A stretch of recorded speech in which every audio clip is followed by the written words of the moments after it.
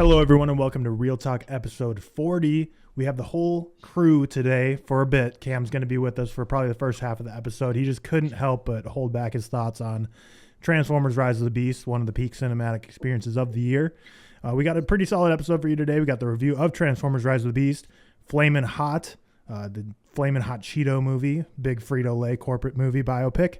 And then we got lots of trailers, tons of movie news, pretty packed on the news front this week. And then we're going to do a draft of the worst acting performances of all time, which should get quite interesting. I'm really excited to see where everyone's going to go with that one. As always, check out the Patreon in the description down below. We have updated all the tiers, so you're going to be getting a lot more bang for your buck on all the different tiers. We also have merch. We had some new merch for Spider-Verse come out. I'm going to have some new merch coming out this week as well, including some summer tanks and other stuff for, suns out, guns out, getting the good tan on in the summer. But that's it for the quick updates before we start the show. Let's go ahead and get into it. How's everyone doing this week? I'll start with George. I understand there's some tennis going on right now. The French Open final, I believe. Who are you pulling for, and how was your week? See, it's the tough ask on who I'm pulling for. It's Djokovic versus Casper Ruud. I want Djokovic to win because I want to see history. If he wins this, he surpasses Rafa with the most majors. But I also want to see Casper win because he's a dog, and I love him. So I'm really just rooting for a good match. Realistically, I think Novak's going to win this in 4 or 5 sets. I think I tweeted Novak at 5 before the match started, so we'll see how that holds up. Other than that, week's been fine. Started the week feeling a little crappy. So that was kind of gone by like Wednesday, Thursday. Worked from home on Friday, which was nice. Got to watch some tennis matches while I could work from home. And then yesterday, just kind of chilled. Me and Victoria had a little day downtown, and then we went to Brooklyn at night. But yeah, all in all, fine week. Started pretty ass, just with feeling shitty and sick, and turned into a pretty decent week dealing with some fun air quality in New York. And you have a pretty big night tonight, don't you?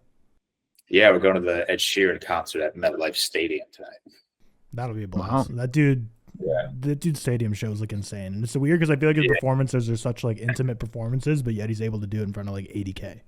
Yeah, we saw him. When did we see him? We saw him our junior or senior year of college at whatever stadium the Eagles play at. I don't know what it's called. I can't remember off the top of my head either. Yeah, whatever the Eagles Stadium. Nailed it. Probably just got it. Yeah. But yeah, no, he could put on a show, so I'm excited. Nice. And then Cameron, we're graced with your presence for the first half of this episode. I understand you're in Nashville it's wedding season for the Walsh household. So how's it going down in Tennessee?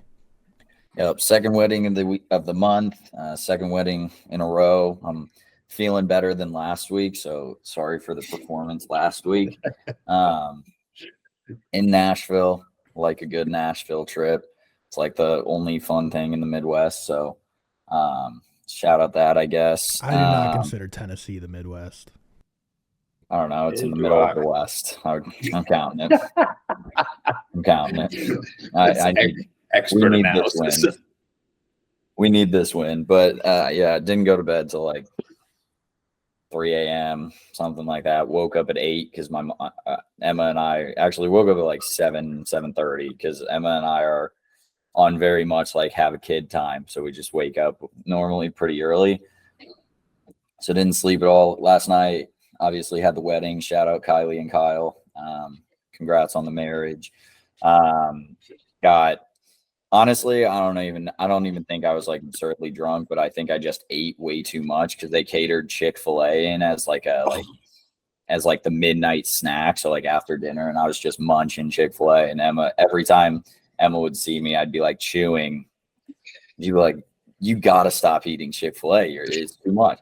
And so then I just got absorbed in the Chick-fil-A sweats, and I was feeling awful. And so we got a shuttle back from the venue, which is like 30 minutes. It was like a 30-minute drive outside of Nashville.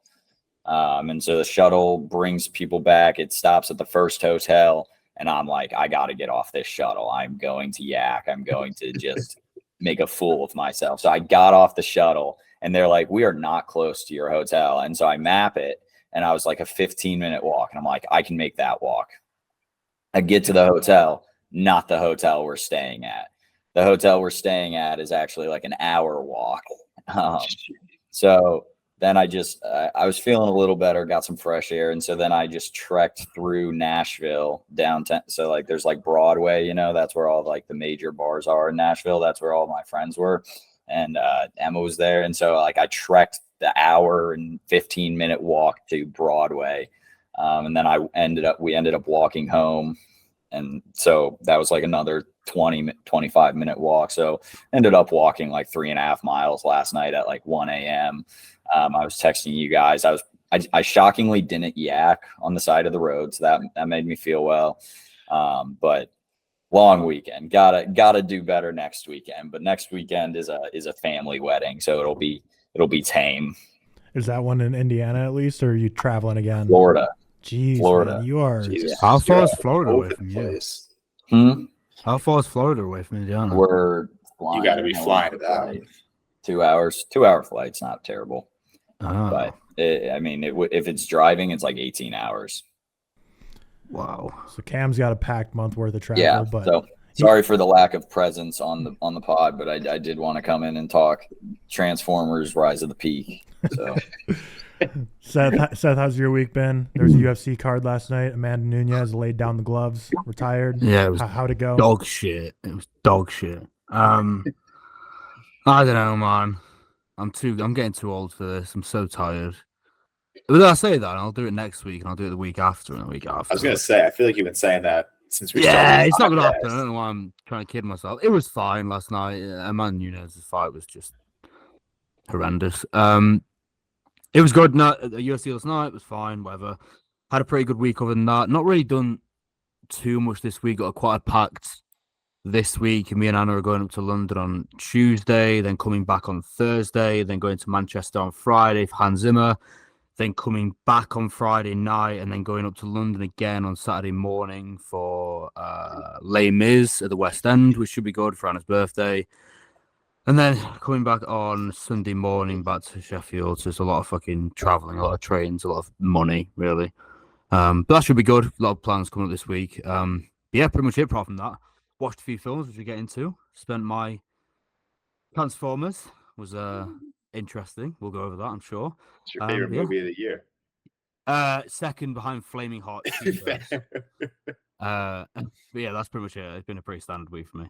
Yeah, that's a huge week ahead, though, coming up with both Hans Zimmer live and Les Mis live. That's going to be electric. Yeah. I'm excited to hear all about that. I'm The Flash, which we'll see what I think about. I am going to the Flash screening now. I've decided. Is that are you like doing that in the same trip, or are you traveling down to London separate times? No, it's annoying because the Flash screening, the Warner Brothers one, that's on Wednesday evening. It's got like an after party and stuff like that. But we have to go to Manchester. Manchester's like, it's an awkward place. So what we'll have to do is go to London on the Wednesday or the Tuesday night, stay over in London, go there on the Wednesday. They come back the Thursday morning back to Sheffield, which is probably about 2.5 hours from London, and then go to Manchester on the Friday, then come back from Manchester, and then go from Sheffield again to London on the Saturday. So it's just like, trains are expensive, man. It's a lot of fucking money. There's no way you can kind of get from one to the other easily. So yeah, we'll probably have to just come back and forth, which is annoying. But I don't mind going to London. It's fine.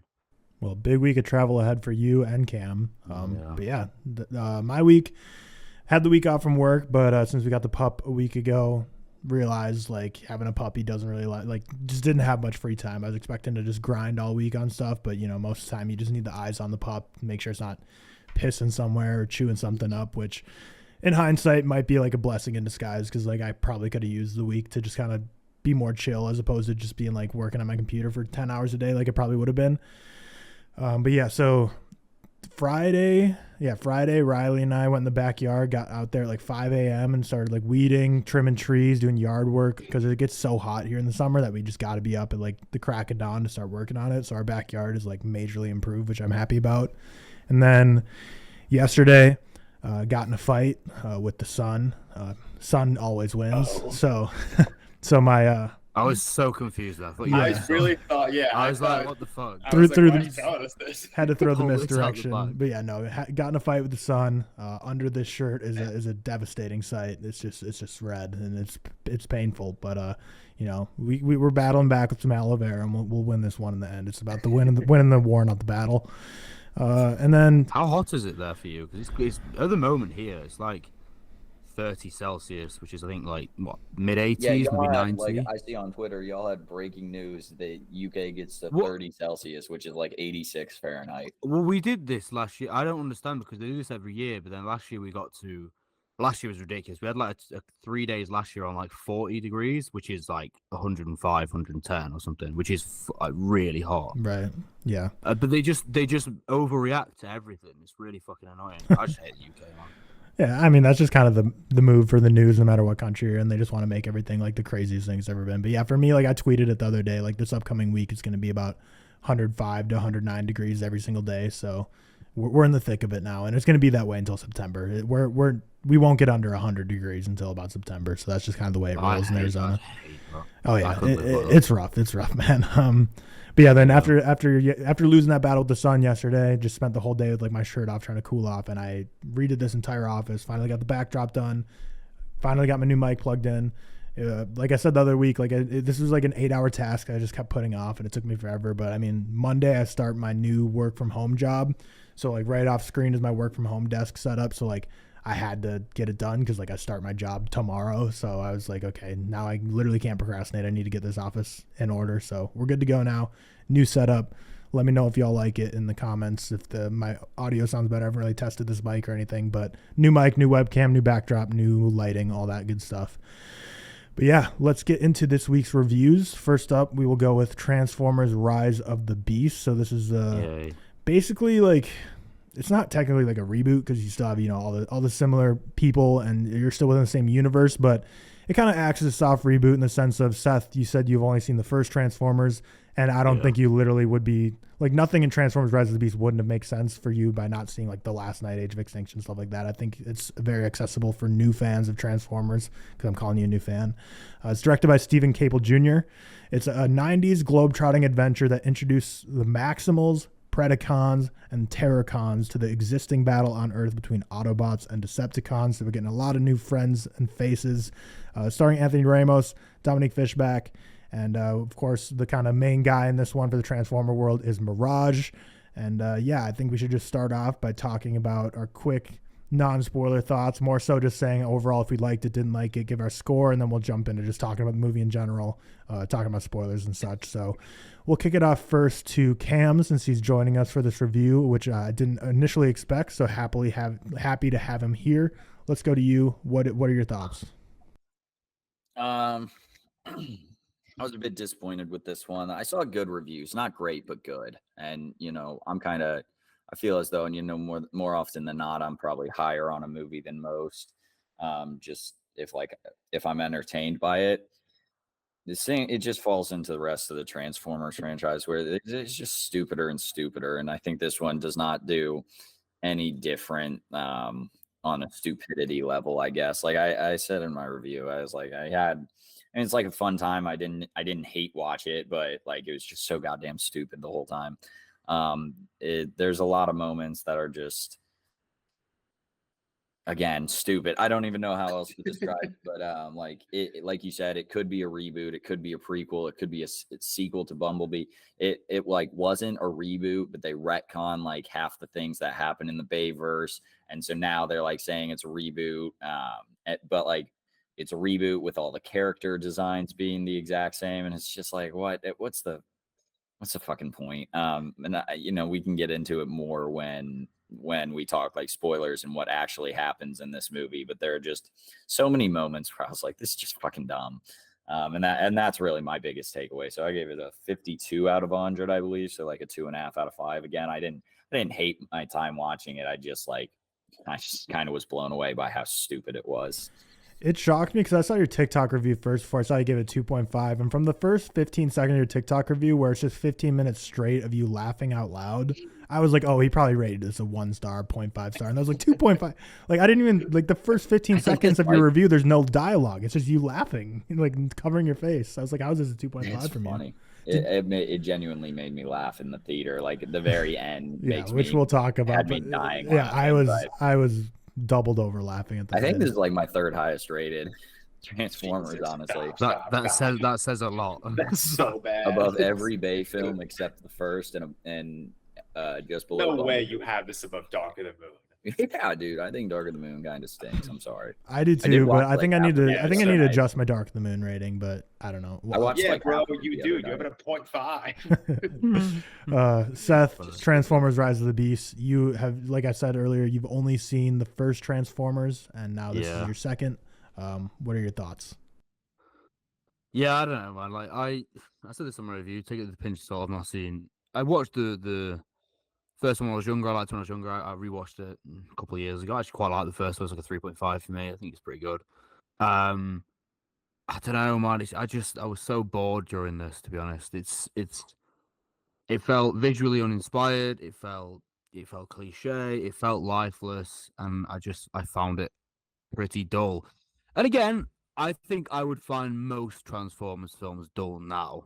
I just don't think I'm just not interested in this kind of watching two robots fight at all. It just doesn't bother me. And I think that shows when I was watching it, I was just not having a good time with it at all. Oh, okay. Actually, whilst I'm here, what did I say to you guys on text the other day?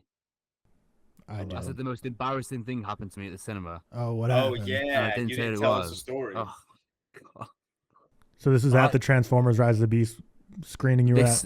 Single-handedly, this is probably one of the most embarrassing things that's ever happened in my life. Okay, so I walk into the cinema and I'm chilling. I'm on my own, ready to see the new Transformers. Got my drink in my hand, whatever. And I'm walking into the cinema and it's really busy because this was like Friday, sunny day. People were there, whatever. It was like a packed cinema. I walk into to my screen, and I've got like 5 people behind me walking in, like directly behind me with their stuff. I've basically booked it so I could go at the back row right on the end in case I hated it that much. I just wanted to leave. That was like my idea behind that. And then I look on the back row and there's a woman sitting there, and I'm like, oh, okay, that she sat in my seat. It wasn't my seat. So I walk up to this woman, and it turns out I booked the end of the row. So this side, we'll say this side, right? So the left side for people who are listening. I booked the left-hand side of the row. She was sat on the right-hand side. I had in my head it was the right-hand side. I'm an idiot like I am. I didn't check.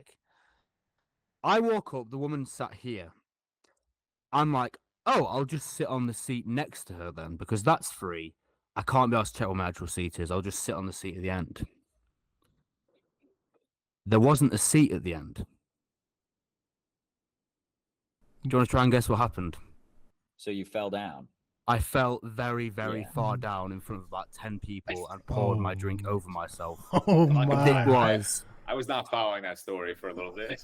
That's I not fun. literally was a little lost. Looked at this woman, went to the end of the row, went to sit down in a seat that I thought was there in front of about 7 people and fell straight on my back. Blew my drink everywhere and people were just laughing at me. The woman next to me was just looking at me and I was like, oh, I thought there was a seat there. And I was just getting laughed at. And then I had to sit down and watch the film in front of everyone, next to everyone as well. Did you sit on a seat or just on like the stairs? I was tempted to just honestly. I probably would have just went home. Dude, think you would've I was been gonna say, I'm a surprised you. I would have been like happen? played it off and be like, oh, let me go clean up, and then just left the theater. Never Like, come back. pretend to be on the Absolutely phone or something. dicked. Like answer the phone or something and just walk out. That's Do you think unreal. that affected your So- viewing experience? So there you go. Would it have been a 5 out of 5 if not for that? I think it would have been a 4.5. Okay. Yeah, but it was really, really embarrassing. I ran down after. I was like, Jesus Christ. I think the worst bit is I had to sit there after. Do you know what I mean? And I knew that these people are just laughing. I look like a Oh, fucking yeah. freak right now. They're sitting on their podcast right now talking about how an Talking idiot about how this someone guy- like fell over next to Some them. whatever. dumbass fell. Yeah. Worst cinema experience for them. So yeah, that was terrible. That was really embarrassing. I can't remember the last time this happened to me. It didn't feel very good. But yeah, onto the film. I don't know, man. It's just not really my thing. I didn't enjoy it. I was pretty bored. There was a few moments which got a little chuckle out of me. There was a few sequences, a few bits of dialogue now and again. And I found the human characters to just be so lackluster. not fleshed out and just boring and very, very formulaic. But again, I'm lower on this than most, so maybe people lied to it. I had a few people messaging me like saying it was one of the best ones. And fuck it, this is one of the best ones. I'm not watching any of the other ones because it's shy. But you know, it is what it is. It's not something for me. And yeah, it was I think I gave it a 1.5. Yeah, 1.5. So George, it is what it is. Did your cinema experience live up to that? I mean, my cinema experience was perfectly fine, I guess. No falling over then. No, I didn't fall or spill drinks on me. I did do that thing where you like open the bag of M&Ms and I accidentally opened it too much and all the M&Ms went on me, but they just went on my sweatshirt, so I kind of picked them up and put them back in the bag and still enjoyed them. But yeah, nothing. I didn't fall downstairs, unfortunately. Probably would have been better though. I kind of wish I'd have fell down the stairs because then at least I'd have been hurt. I would have gone home. I would have gone home, so I'm kind of upset I didn't fall down the stairs. Yeah, but true. No, I don't know. It's one of those things where like you just don't go into these movies with expectations because of how crappy this franchise has kind of turned out. And I do like Bumblebee a lot, so I'm not adding Bumblebee into that mix. But you know, is that counted in the universe? Yeah, of course. I'm just saying the entire Transformers is a sequel to. Yeah, this is a sequel to Bumblebee, technically. Is it? So even if this is a reboot, like it's supposed to be, Bumblebee was kind of a reboot, and so this is just supposed to be a sequel to that. But yeah, interesting. Doesn't matter. So but like historically, the Transformers franchise, obviously outside of the first, which I really fucking love, I just don't think they've been putting out great movies. So you kind of go into these movies knowing what to expect, and yeah, I gave it a 2.5 out of 5, which is probably too high, but it's just you go in, just watch some robots fight, and blah blah blah. You just live through it. I said in my TikTok review, my biggest problem with these Transformers movies nowadays is that they've lost that Michael Bay spark. You know, that whatever talent he brought to directing that first movie that just made it so. His spark stunk. Well, stop it. That first movie, I rewatched that first movie right at. So fuck off. I rewatched that movie right after I watched Rise of the Beasts, maybe. And 2007, and I still fucking love it. Like that movie just had all the ingredients to make a Transformers movie amazing, and I think he pulled it off. When did he stop making for the rest of the 4? What? He did 4 more after that and never recreated that spark. No. Revenge of the Fallen and Dark of the Moon may not be great movies, but they did not lose the spark of creating a spectacle around a Transformer like that. They still had like Optimus Prime just felt so lifeless. Transformer have a ball sack. That's his spark. Congrats, Michael. I'm John Turturro. I'm standing under his nuts. Fuck that movie, man. They're so bad. I hate you. No, they're not. The first one's amazing. But yeah, this one just kind of, they were just running through the motions. There was nothing to it, nothing that made this stand out from the rest of the Transformers movies. The final battle was okay. The only part that really like made me hype, I guess, was the return of Bumblebee. This movie also, and this is such a weird comparison, maybe not even a comparison, but this movie makes me. That's a spoiler. You may want to cut that part. Oh, yeah. Who gives a fuck? The Transformers movie.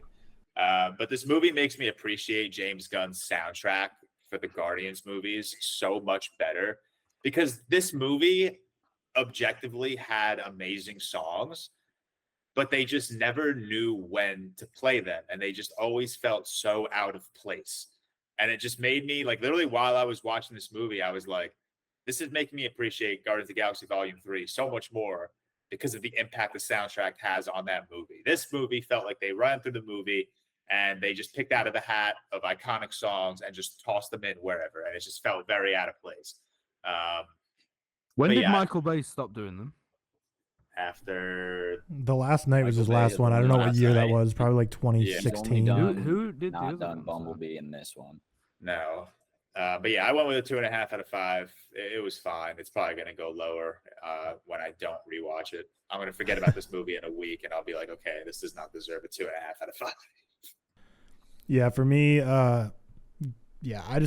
This movie is so bland and dull, man. And like I'm kind of in between Cam and George in the Michael Bay discussion. I think Michael Bay's writing is not great. I think this movie was written better than a lot of the Michael Bay Transformers movies.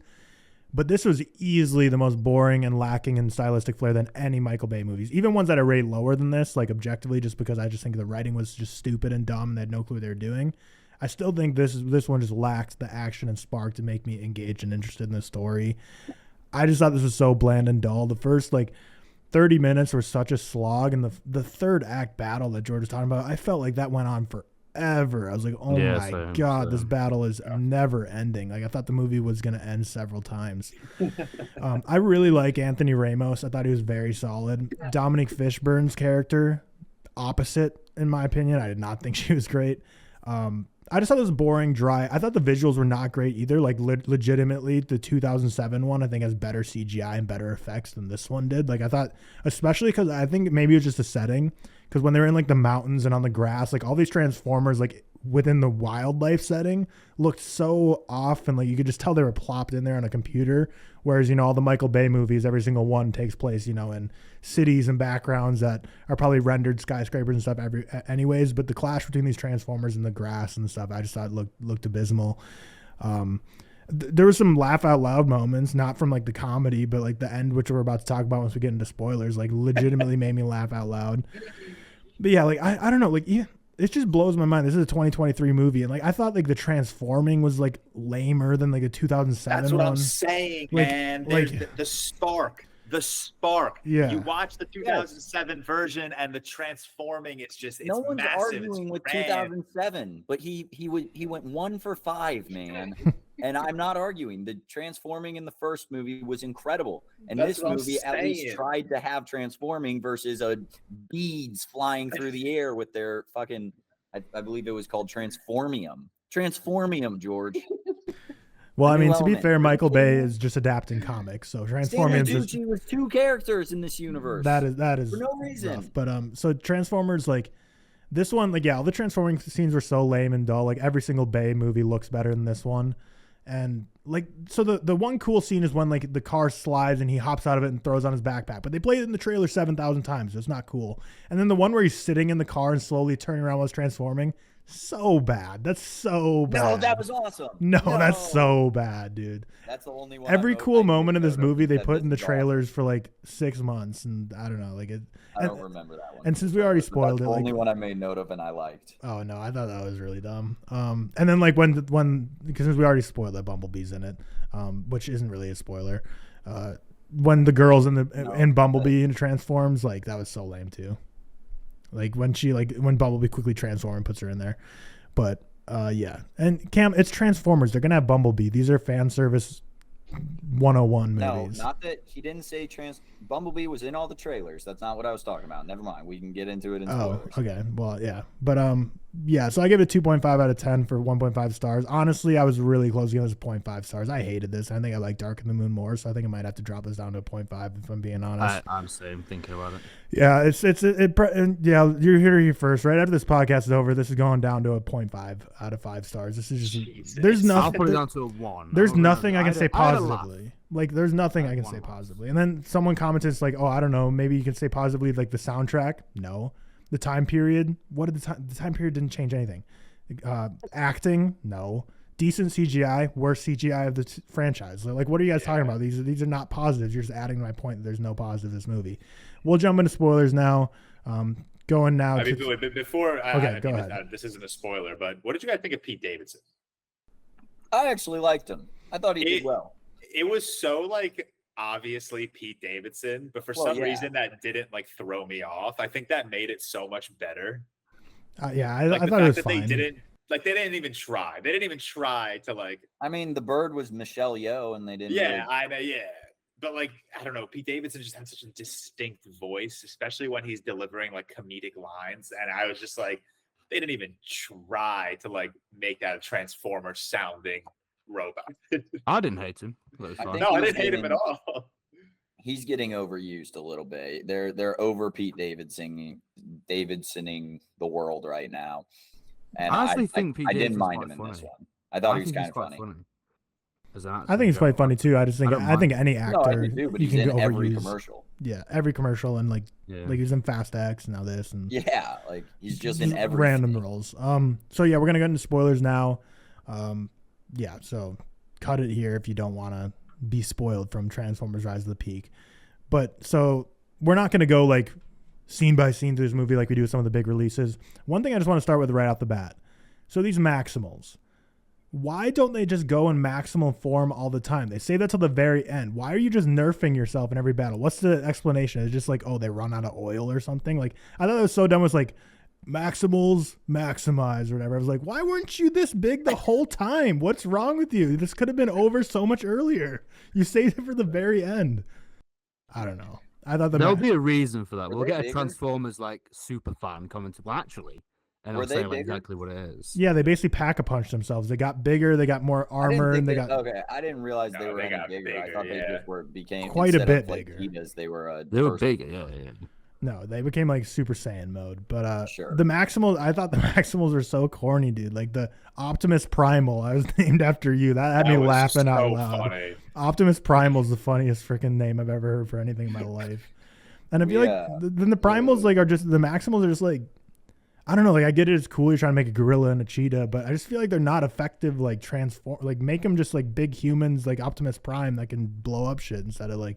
Why are you making just jungle animals? I don't really. Well, I don't mean, know. it's not like they like, and I know this doesn't really answer your point, but like, it's not like they made them for this movie. Like they've been in comics and Yeah, that's things forever.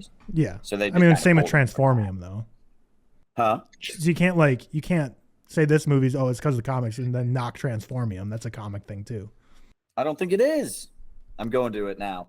Okay, you can fact check that. The ending. Let's just talk about the very end because that's the part that is most memorable for me.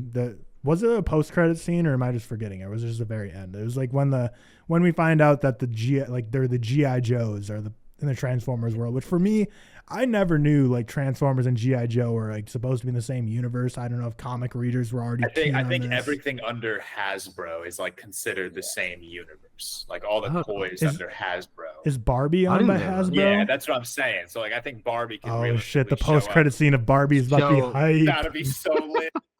Anthony Ramos walks in. He's like, "We got work to do." And Bro, hands Barbie a freak GI the Joe fuck card. out. That's funny. I didn't know that. That's interesting. Like the Barbie movie, you just see Optimus Prime in the background. God. Walking. Yeah, I guess it makes sense. Like if Hasbro owns all the rights to all them, like might as well just make them all combined because that's what Yeah. everyone's trying to do these days. But yeah, I don't know. Like the big thing for me that like really dragged down this movie is just that final battle because I just felt like that went on. Like I know Seth agreed, it just went on so long, and it's like one of those things that like a lot of movies like this suffer from that I can't think of another one off the top of my head where it's like there's world-ending stakes, consequences that are going to have ramifications for the entire universe, but like yet I didn't feel that at all or feel like anything was in jeopardy the whole time. The walkie-talkie call with his brother was so silly, like getting him to get up. And I don't know, personally for me, I hated the Iron Man suit thing. Maybe I like- thought that was awful. Like Wakanda Forever ending, maybe not quite as bad, but that's kind of in terms of like a Think super this was long worse battle. than Wakanda Forever. No, I'm saying. Well, I think this is worse than Wakanda Forever ending. Oh, sorry. Yeah. Okay. Yeah. I said. Yeah, I that. think. Sorry, I think Yes. the you're right, you're Transformers right. one was worse. Yeah. Yes, Just yes. similar in terms I didn't really feel the stakes and what was happening. Yeah. I said that wrong, but yeah. I see what you're saying. But yeah, what other things you guys want to talk about that are technically spoilers? Because I don't Well, have I've a got whole lot to plenty. this. I've got plenty. Okay. This is a stupid ass movie, man. Did you First- take notes during this movie? Yeah, of course. It was so. Did you guys have people in your theater? I know Seth had at least a woman, but mine was Oh, full. absolutely empty. Yeah, my theater Full. was packed. My theater was absolutely empty. I was sitting next to I was sitting like 5 seats down from like 4 jackasses, just being jackasses, but like they weren't the worst I've ever had in a theater, so it was fine. But first Yeah. off, the transwarp key, what a name! Just like it's also. By the way, it's the same thing as I said this in my review. It's the same exact thing as the pillars. They just bring a planet to this planet. The pillars in Dark of the Moon bring Cybertron, and this one brings Unicron, obviously for different purposes, but it's the same fucking thing, just as the spark and whatever the seed in Age of Extinction are the same thing. They just turn things into transformer metal. idiotic how many MacGuffins go in these movies, and like every single movie is just like, can you get this object that will destroy the earth or whatever. But yeah, this is the same thing as Dark of the Moon. Speaking of Optimus Primal, it's probably one of the worst, like, hey, here's this guy's name I've ever seen in a movie, because like he's like, you Optimus Primal or something like that. Like, I feel like the way they said it too, with the cadence and the pause, was almost like they were expecting like a No Way Home reaction or something, where they're like, we're like, oh, the way we're about to say this, people are gonna lose their minds when they hear his name. By the way, sorry, I did look it up. So Living Metal is in the comics, but it was not.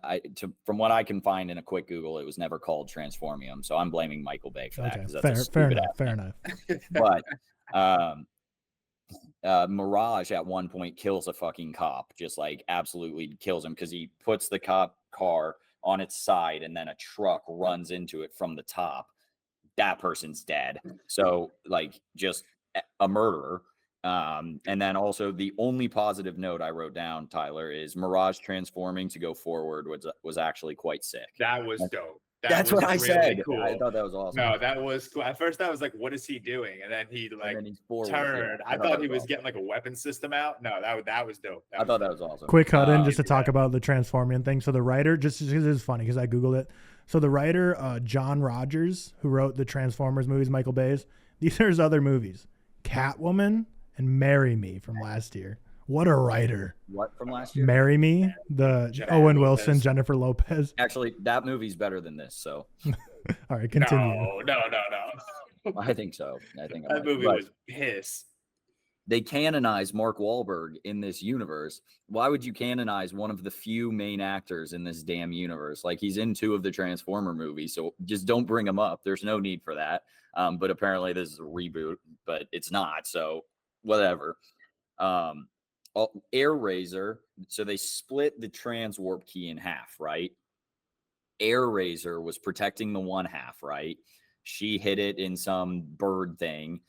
The 3 other Maximals are protecting the other half. I feel like that's a little rude on her. She just gets screwed. It should be 2 and she's 2. Yeah. Yeah, she's all alone. You could have gone 2 and 2. You could have split it into fourths. No, it's like her alone, and then the other 3 Maximals are hanging out.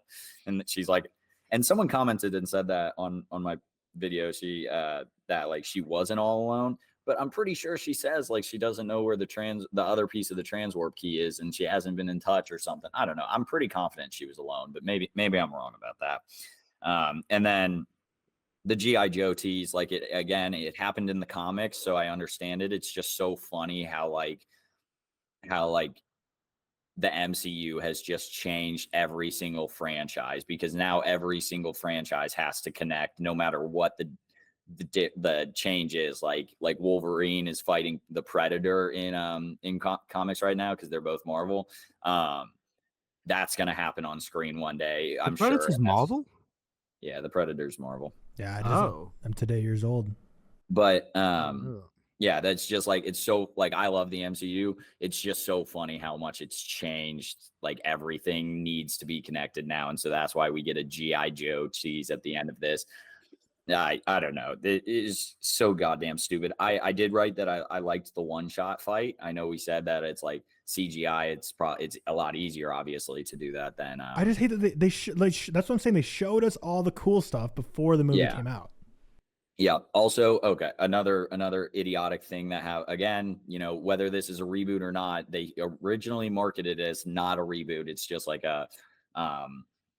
it's just a sequel to Bumblebee, but it just freaking it retcons basically everything in the Bayverse. So who knows? Maybe it is supposed to be a reboot, but it wasn't marketed that way, so I don't accept that answer.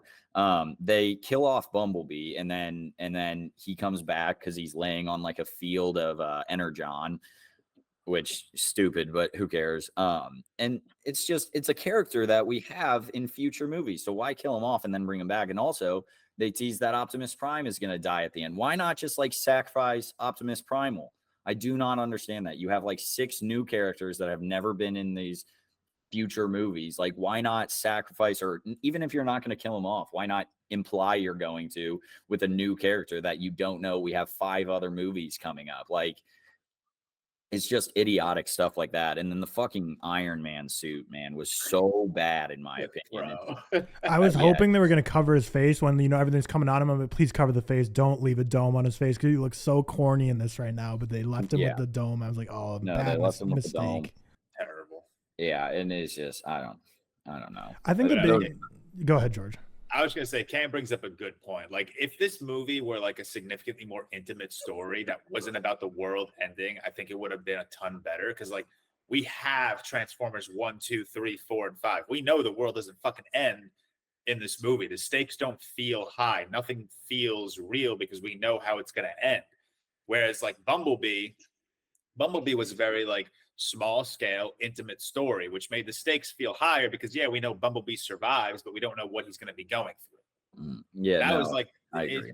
It's just, it doesn't make sense. And also, I was rewatching the first Transformers after Rise of the Beasts, and it's like the way that movie portrays the Transformers. It's like this is their first time on Earth. But now, and I think that's why. I think that's like what the retcon is that like. They're going for I think it is supposed to be a reboot, but they didn't market it as that. So I'm not accepting that, but I think it is because you're right. It is their first time on Earth. And also they clearly retcon the Last Night because like in that movie, their Earth is Unicron for some fucking reason. And then this one, like I thought we were going to get like a Unicron, like merging with Earth scene, which dude, this thing's a fucking 1 out of 5. See, we're all talking about this and it's just going down. One thing. Go ahead. No, I don't know. I was just going to say, like, this is not really a spoiler thing, but this is something like I'm not in the majority or minority on. I think there's a 50-50 split, but I didn't love like the designs of like the Transformers and like the Bumblebee as opposed to Michael Bay universe. I preferred the Bay universe designs. And it's the same in this one. Like I think Optimus Prime in this movie and Bumblebee just looks so much less intimidating and lame than he does in the Bayverse. Or am I wrong? As he does Optimus in the Bayverse, has a different design, but doesn't all the Bumblebee Transformers have a like clearly different, distinctive style in this and Bumblebee than they do in any of the Bay movies. Bay movies are much more like I don't know. I feel like there's a lot more like pipes and they're bigger. I don't know, but and they have nuts. They do have nuts, which give them some nuts. It's why you gotta hate on them. But yeah, I don't know. Like I just thought it's just such a imbalanced movie from writing perspective because the first 45 minutes are probably the slowest 45 minutes we've ever had in a Transformers movie. But then like, so George is saying, keep it a grounded story. I'm fine with that. But then the fact that the last 45 minutes was Earth's ending, everything's going to die, big cloud above the city in the sky, like the world's about to be destroyed.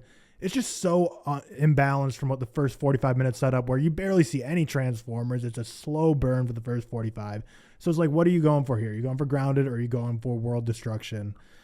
And the more I'm thinking about this, the more I just really didn't like it. I just didn't really care for anything of this. And like, I don't even know, like my only thing I liked about it was Anthony Ramos. I don't even think he did anything crazy. I thought he was just like, he showed up and did exactly what I'd expect any actor who's working in Hollywood to do. So it's not like I can give him any like props. It's just like he didn't screw the pooch. So bravo. Yeah. I think I got a million just like comments on my review of just like, it's fun. What'd you expect? And like, I didn't have fun though. Did you have fun, Cam? I know. Yeah, that's what I'm saying. Like, I had a fine time. That's probably why. Which I is fair. 2.5. Like, I didn't hate my time with it. But at the very least, I was like, this goddamn stupid.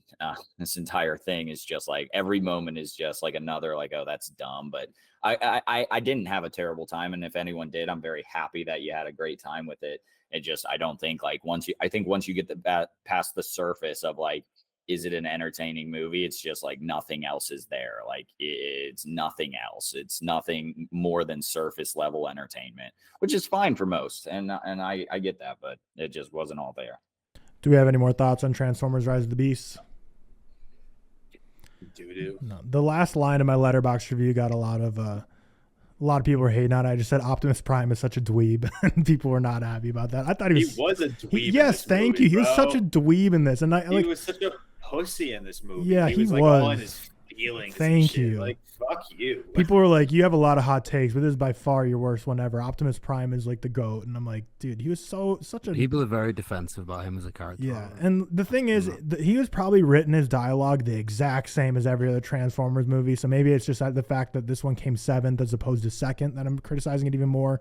But like his actions were completely dweebish, but in this, like, the one-liners he has and the whole like "let them come" stuff is just so at this point it's just so overdone. And that was great. It's like I will say though, someone who never mails it in is Peter Cullen. Even if he's given the worst lines possible, he's given that Optimus Prime performance, and I do respect him for that. Yeah, that is fair. We'll never get, like, once he passes, we'll never get a better Optimus Prime voice, like, ever. So George, you give the movie a 2? 2.5. 2.5. It'll probably go down. Yep, 2.5. Seth, you give it a 1.5. No, I'll give it a 1. I've just changed it now. Cam, you give it a 2.5. I talked him into it. Yeah, 52 out of 1. 2.5 for Cam, which also might go down. And for me, I gave it a 1.5, but it's got to go down. It has Again, to be, if you liked it, you know what? I don't know about you guys. I'm looking at the people who I follow who've rated it. There's a lot more positive than there is negative. Oh, that's 100%. why I was disappointed with it. I really thought I'd like it. Yeah, there's a lot of 3.5s. Yeah, but, there is. Yeah, same for me. So if you liked it, I respect it. That's fine. No, totally. And that's the way I feel with every review. If I'm ever dogging on a movie you love, it's completely my opinion. And if you have fun with it, I'm over the moon for you. But for me, I think I'd rather watch Dark of the Moon than this. So this, by default, has to be a 0.5. That'll wrap up the Transformers Rise of the Beast. Cam, are we losing you at this point?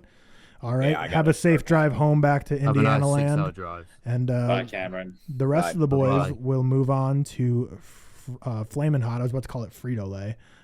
Flamin' Hot. It's the movie. You spoiler for what your take is on it.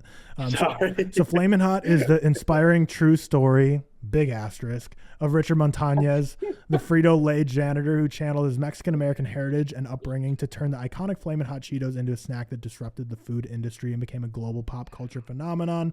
So, which I wasn't aware of until Seth brought up while I was watching it. He was like, "Oh, I guess this story's not even true." And then I Googled it, and then he never, no one, there's so many disputes on he did not invent the Flamin' Hot Cheeto. With people within Frito-Lay has said that's true. There's been other external investigations that said that's true.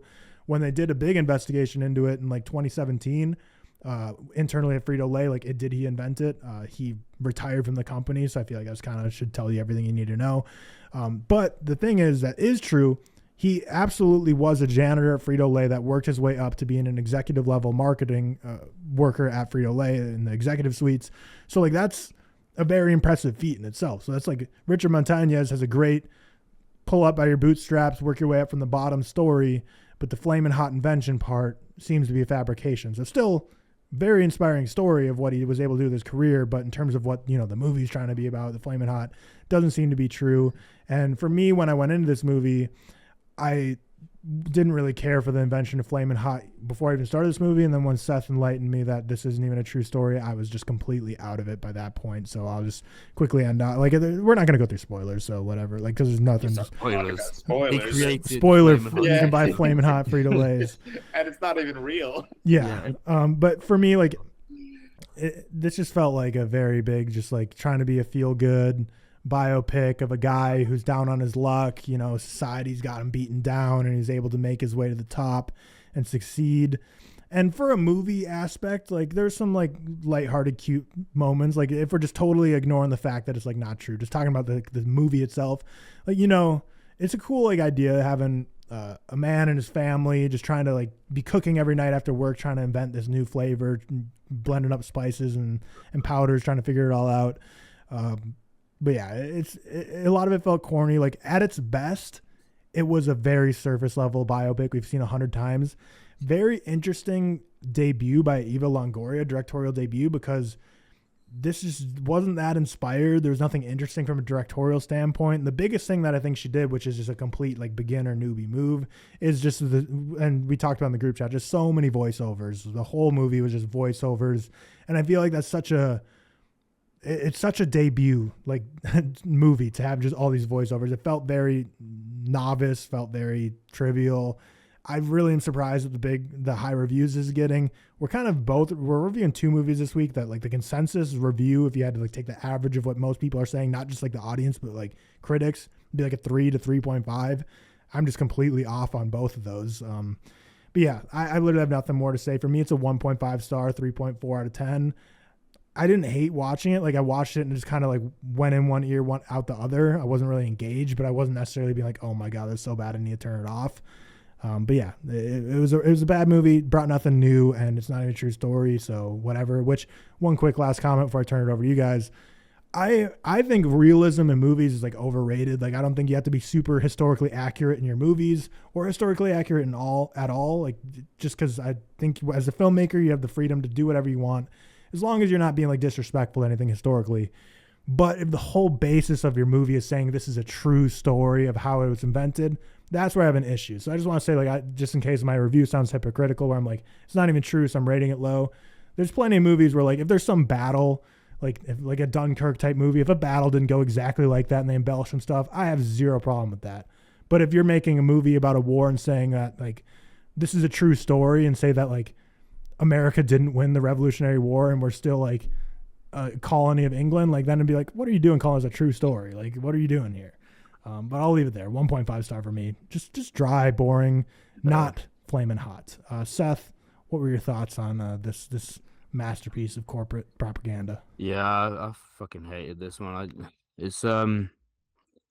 I completely agree with you. Where it's like I think realism. Okay, 1917, perfect example. There is a lot of stuff in that isn't historically accurate, but I think you can give it a pass at certain times when they're not trying to present that, and it's just meant to be a depiction. But with Flaming Hot, if this had been a film where it was like some guy who worked his way from the bottom to the top, it wasn't represented by a true story or a real company.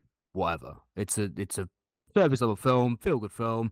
There's been how many of them before, whatever. But for me, this is just like an ego boosting 90-minute advertisement. It's a boost to sales executives trying to sell a false dream of the economic system. Say, this is how you can do it, yada yada yada, and it really is just a walking advertising. I think it's for lack of a better term, absolute just a load of shit, and I hated it. I will say that as a film, I don't think it's necessarily awful. I think that Eva Longoria, is that how you say it? Yeah. I think that she has, I guess, a style there. I don't think it's the worst debut I've ever seen. I just completely disagree with the fact it's represented as a base of a true story, and it's a very much a painted rags to riches story that sells a false dream. And it really is an advertisement, which again is fine because we get biopics. A lot of biopics are really business advertisements, so they are. But when it's based on something that isn't true and is trying to be inspiring, that's where I kind of take issue. But it's like Tyler said, the real guy did kind of work his way from nothing. Maybe not invent it or whatever, but he did work from nothing. I'd have preferred just a film like that. Do you know what I mean? A film about him working his way from the top and an inspiring story where he got to a really high level, and it's like, okay, great, cool. Maybe surface level, inspiring, happy-go-lucky, whatever. Guys goes from nothing to something. I like watching them; they're always fun. But I just don't agree with it. It's based on something that's completely painted, and it just sells you something that isn't true. But again, I get why the average person would kind of go into this and just watch it and be like, yeah, this was inspiring. This is kind of feel good. And I do understand that. I just kind of, I don't know. It kind of rubs me the wrong way when films take this approach. But yeah, I give it a 1 out of 5. Tough side. I'm not going to harp on it too long because you guys basically echo everything, all my sentiments on this movie. I even watched this movie like I was working from home on Friday, so I watched it in between the 2 tennis matches. And sometimes when I work from home and I watch movies, like I'll literally stop working because of how enthralled I am in the film.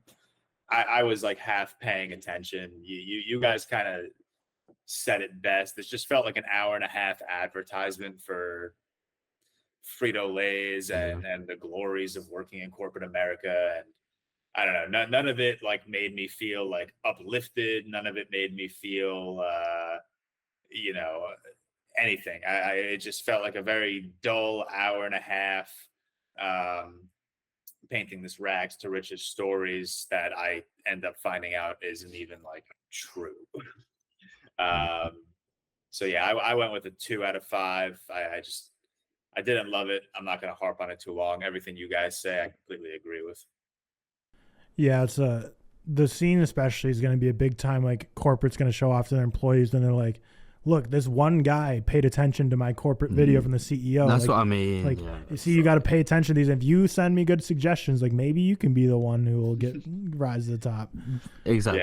Yeah, no. Yeah, rough movie. We can end it there. Like it seems like similar to what Seth wanted to say as a caveat for Transformers: Rise of the Beast. I'll say here, it seems like a lot of people are enjoying this and getting a kick out of it, and it's definitely something you could easily throw on with like the family or something and have like a fine watch through. So I don't want to rain on everyone's parade, and it definitely, like, it's weird that all three of us like really didn't like this, because like we said, like it is getting pretty much like a 3.5 across the board for the most part.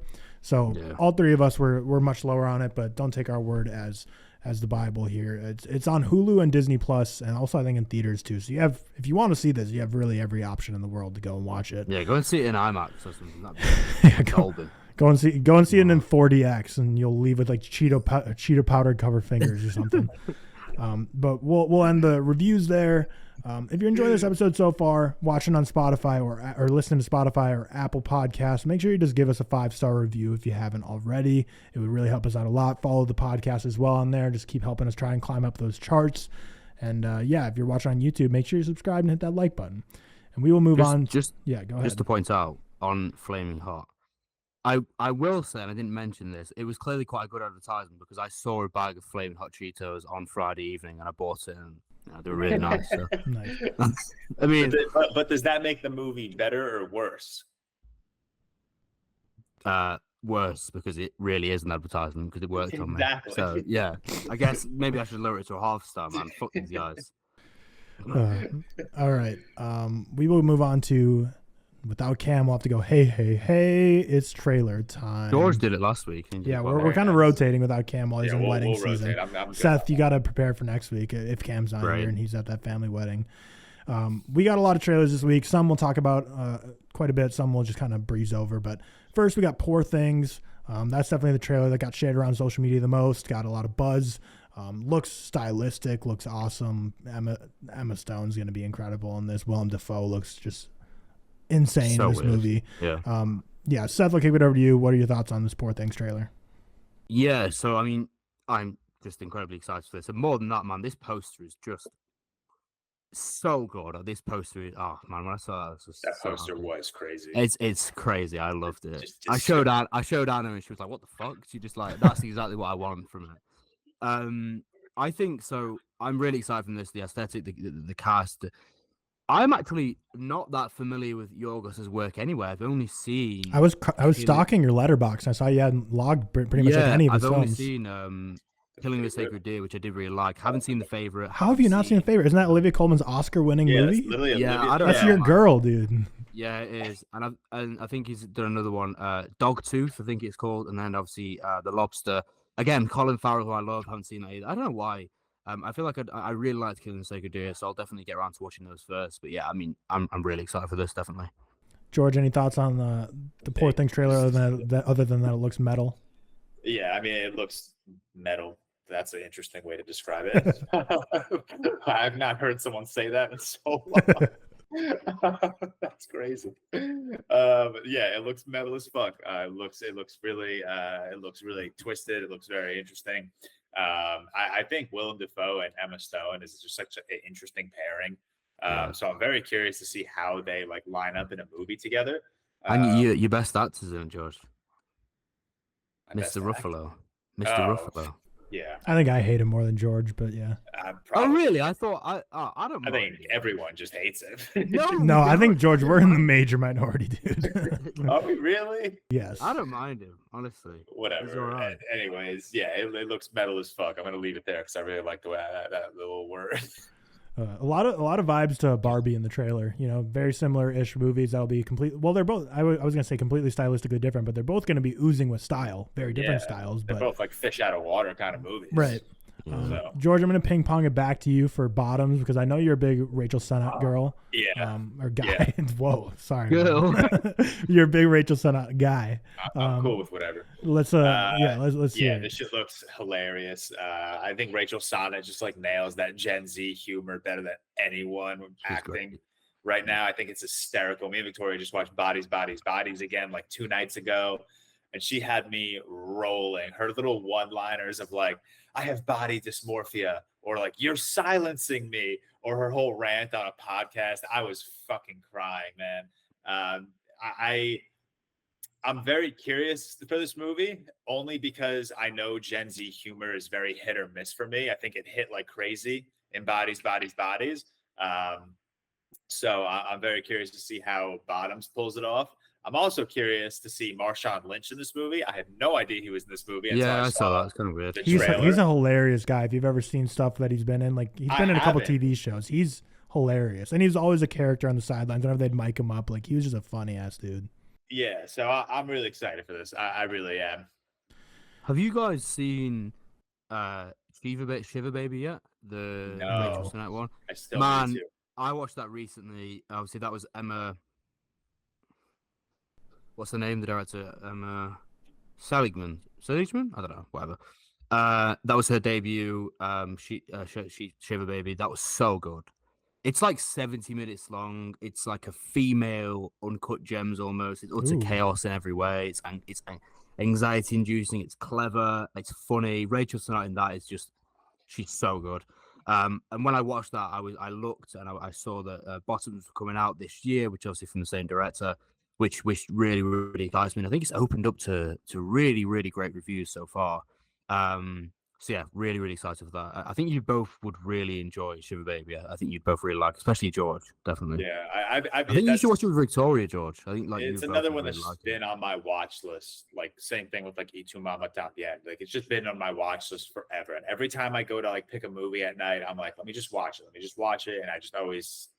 It's very short. It's like a Black Mirror episode. Yeah, it's like an hour and 20, right, or something like that. It's like even less. It's like an hour 10 or something like that. It's crazy, bro. Yeah, I should. I definitely want to.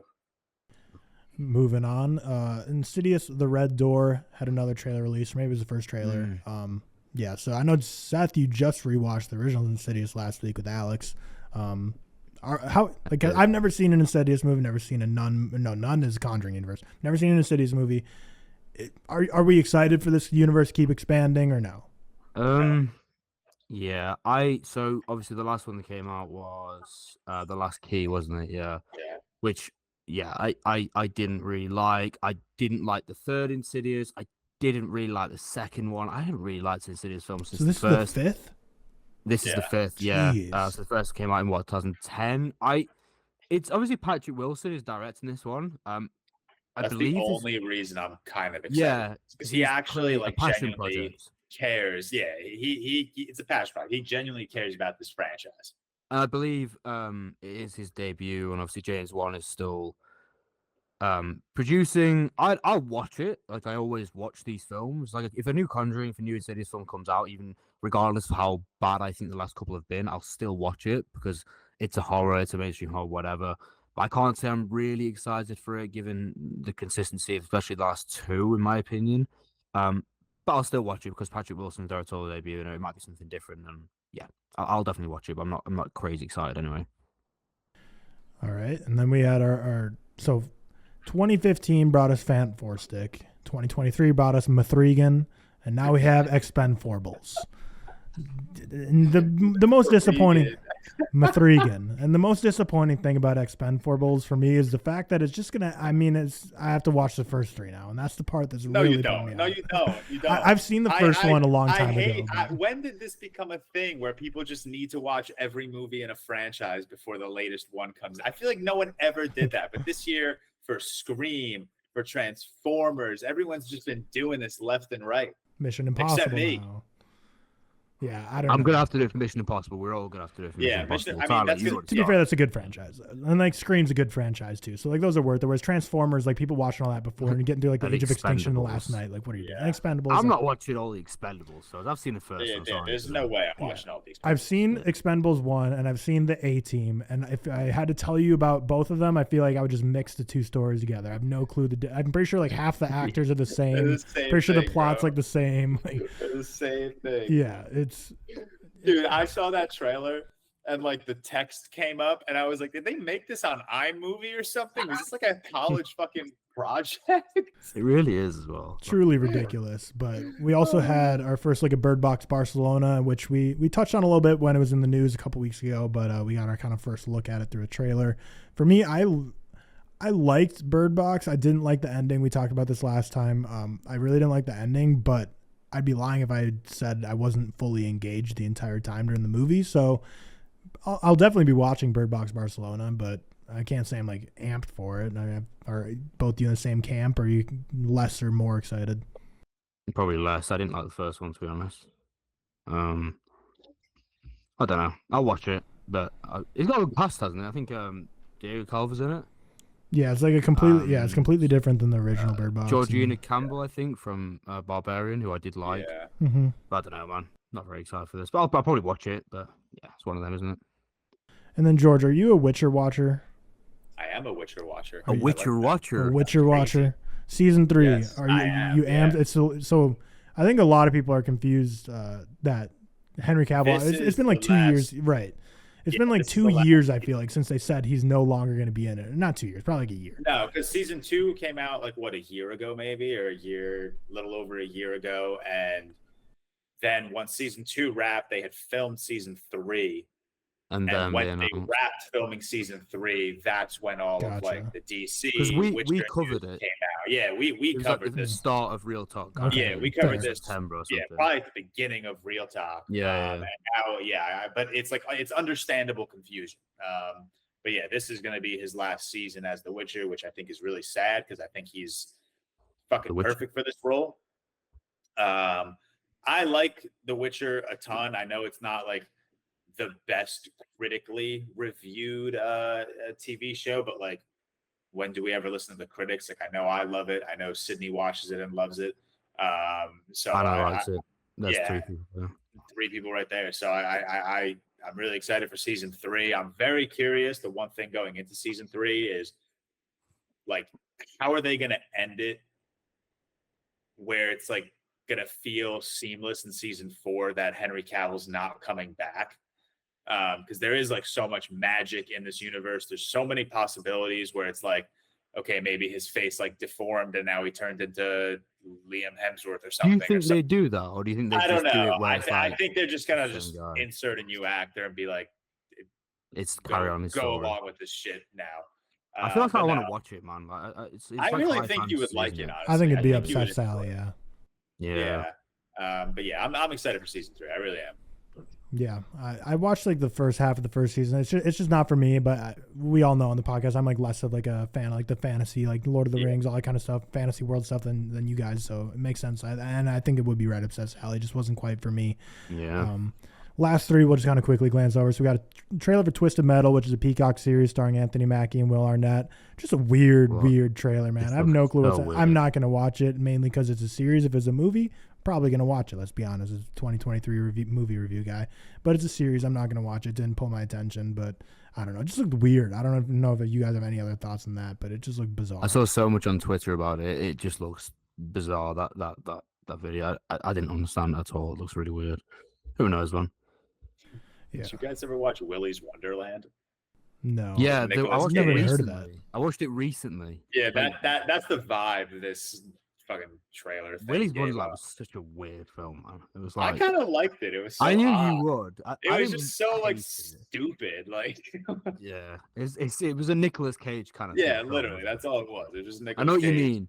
It's very similar vibes. I get that as well. Yeah, I know what you mean. Well, I couldn't have asked for a better transition for my 2 co-hosts here because we had a trailer for Sympathy for the Devil starring Nicolas Cage and Joel Kinnaman, and it comes out in July. And the main reason I added this in the rundown, because I don't know if anyone really cares about this movie, but So Nicolas Cage, when he had Unbearable Weight of Massive Talent and he had Pig the year before, it was kind of like his renaissance. And then he had The Old Way, which is his Western in January that really flopped.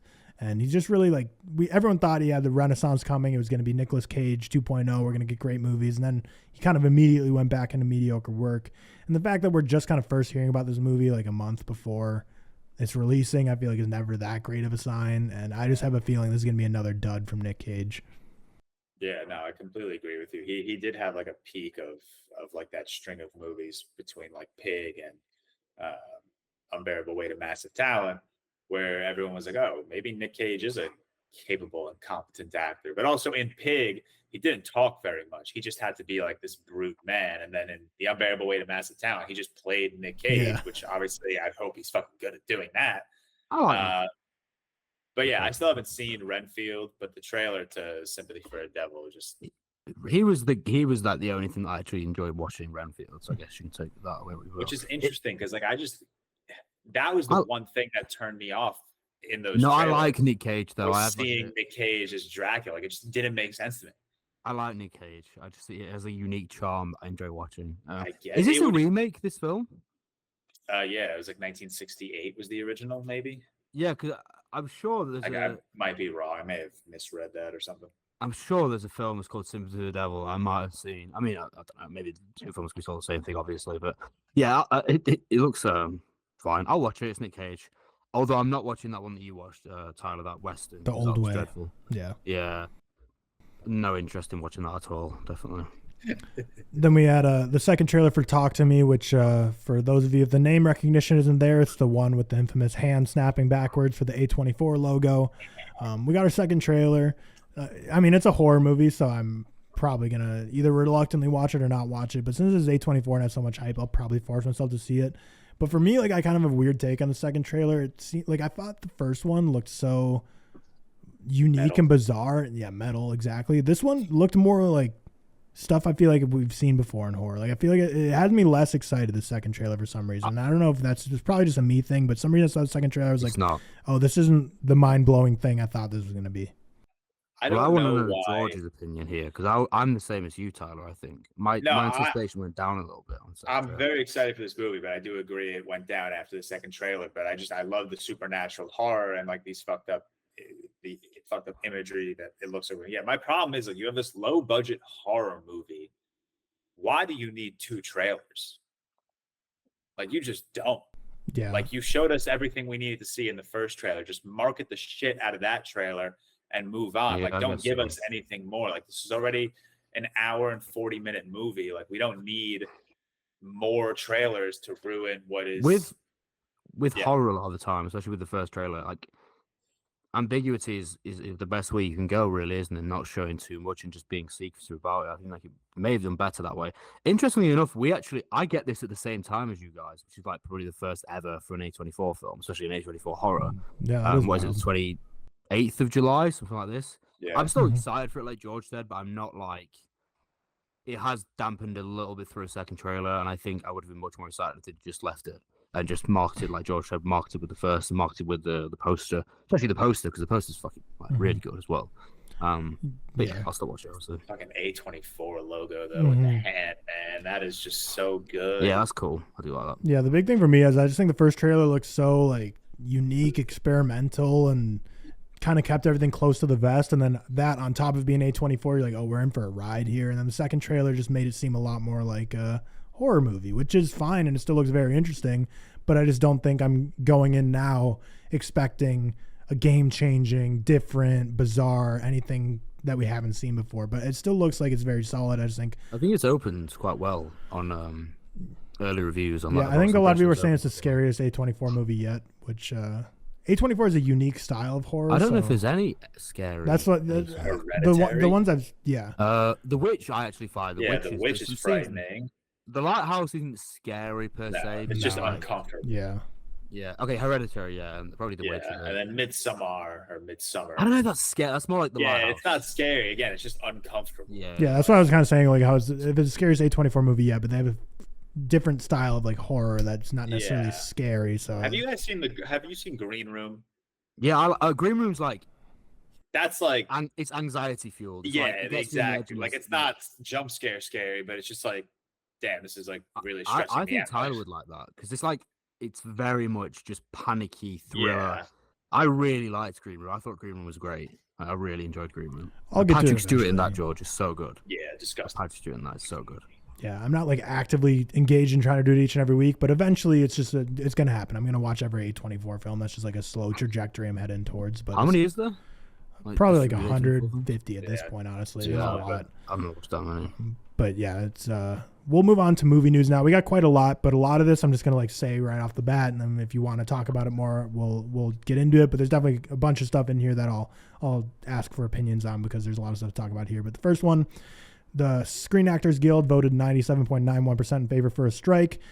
So we still have the Writers Guild of America that's on strike. Now the SAG is on strike. And the Directors Guild of America, on the other hand, seems to have struck a deal with streamers. So there's a lot of like funny poking fun back and forth on Twitter of it being like SAG and WGA are like fighting for good rights and get better pay and all that, where like the directors are like, oh, we're all good. Like directors seem to have reached a deal. So interesting that the actors and the writers of the world are going to be striking, whereas the directors seems to somehow have gotten the streamers to cut them in on better paychecks. So it's really weird how it's all working politics wise, but something to monitor because who knows, guys, the ReelTok Podcast in 2024, 2025, we might be like having to just watch 1990 movies or something. And I was there's gonna nothing say, coming out. what is this gonna do next year to movies? Like, are we about to see a year as like lackluster as like the pandemic year where everything just got delayed like crazy?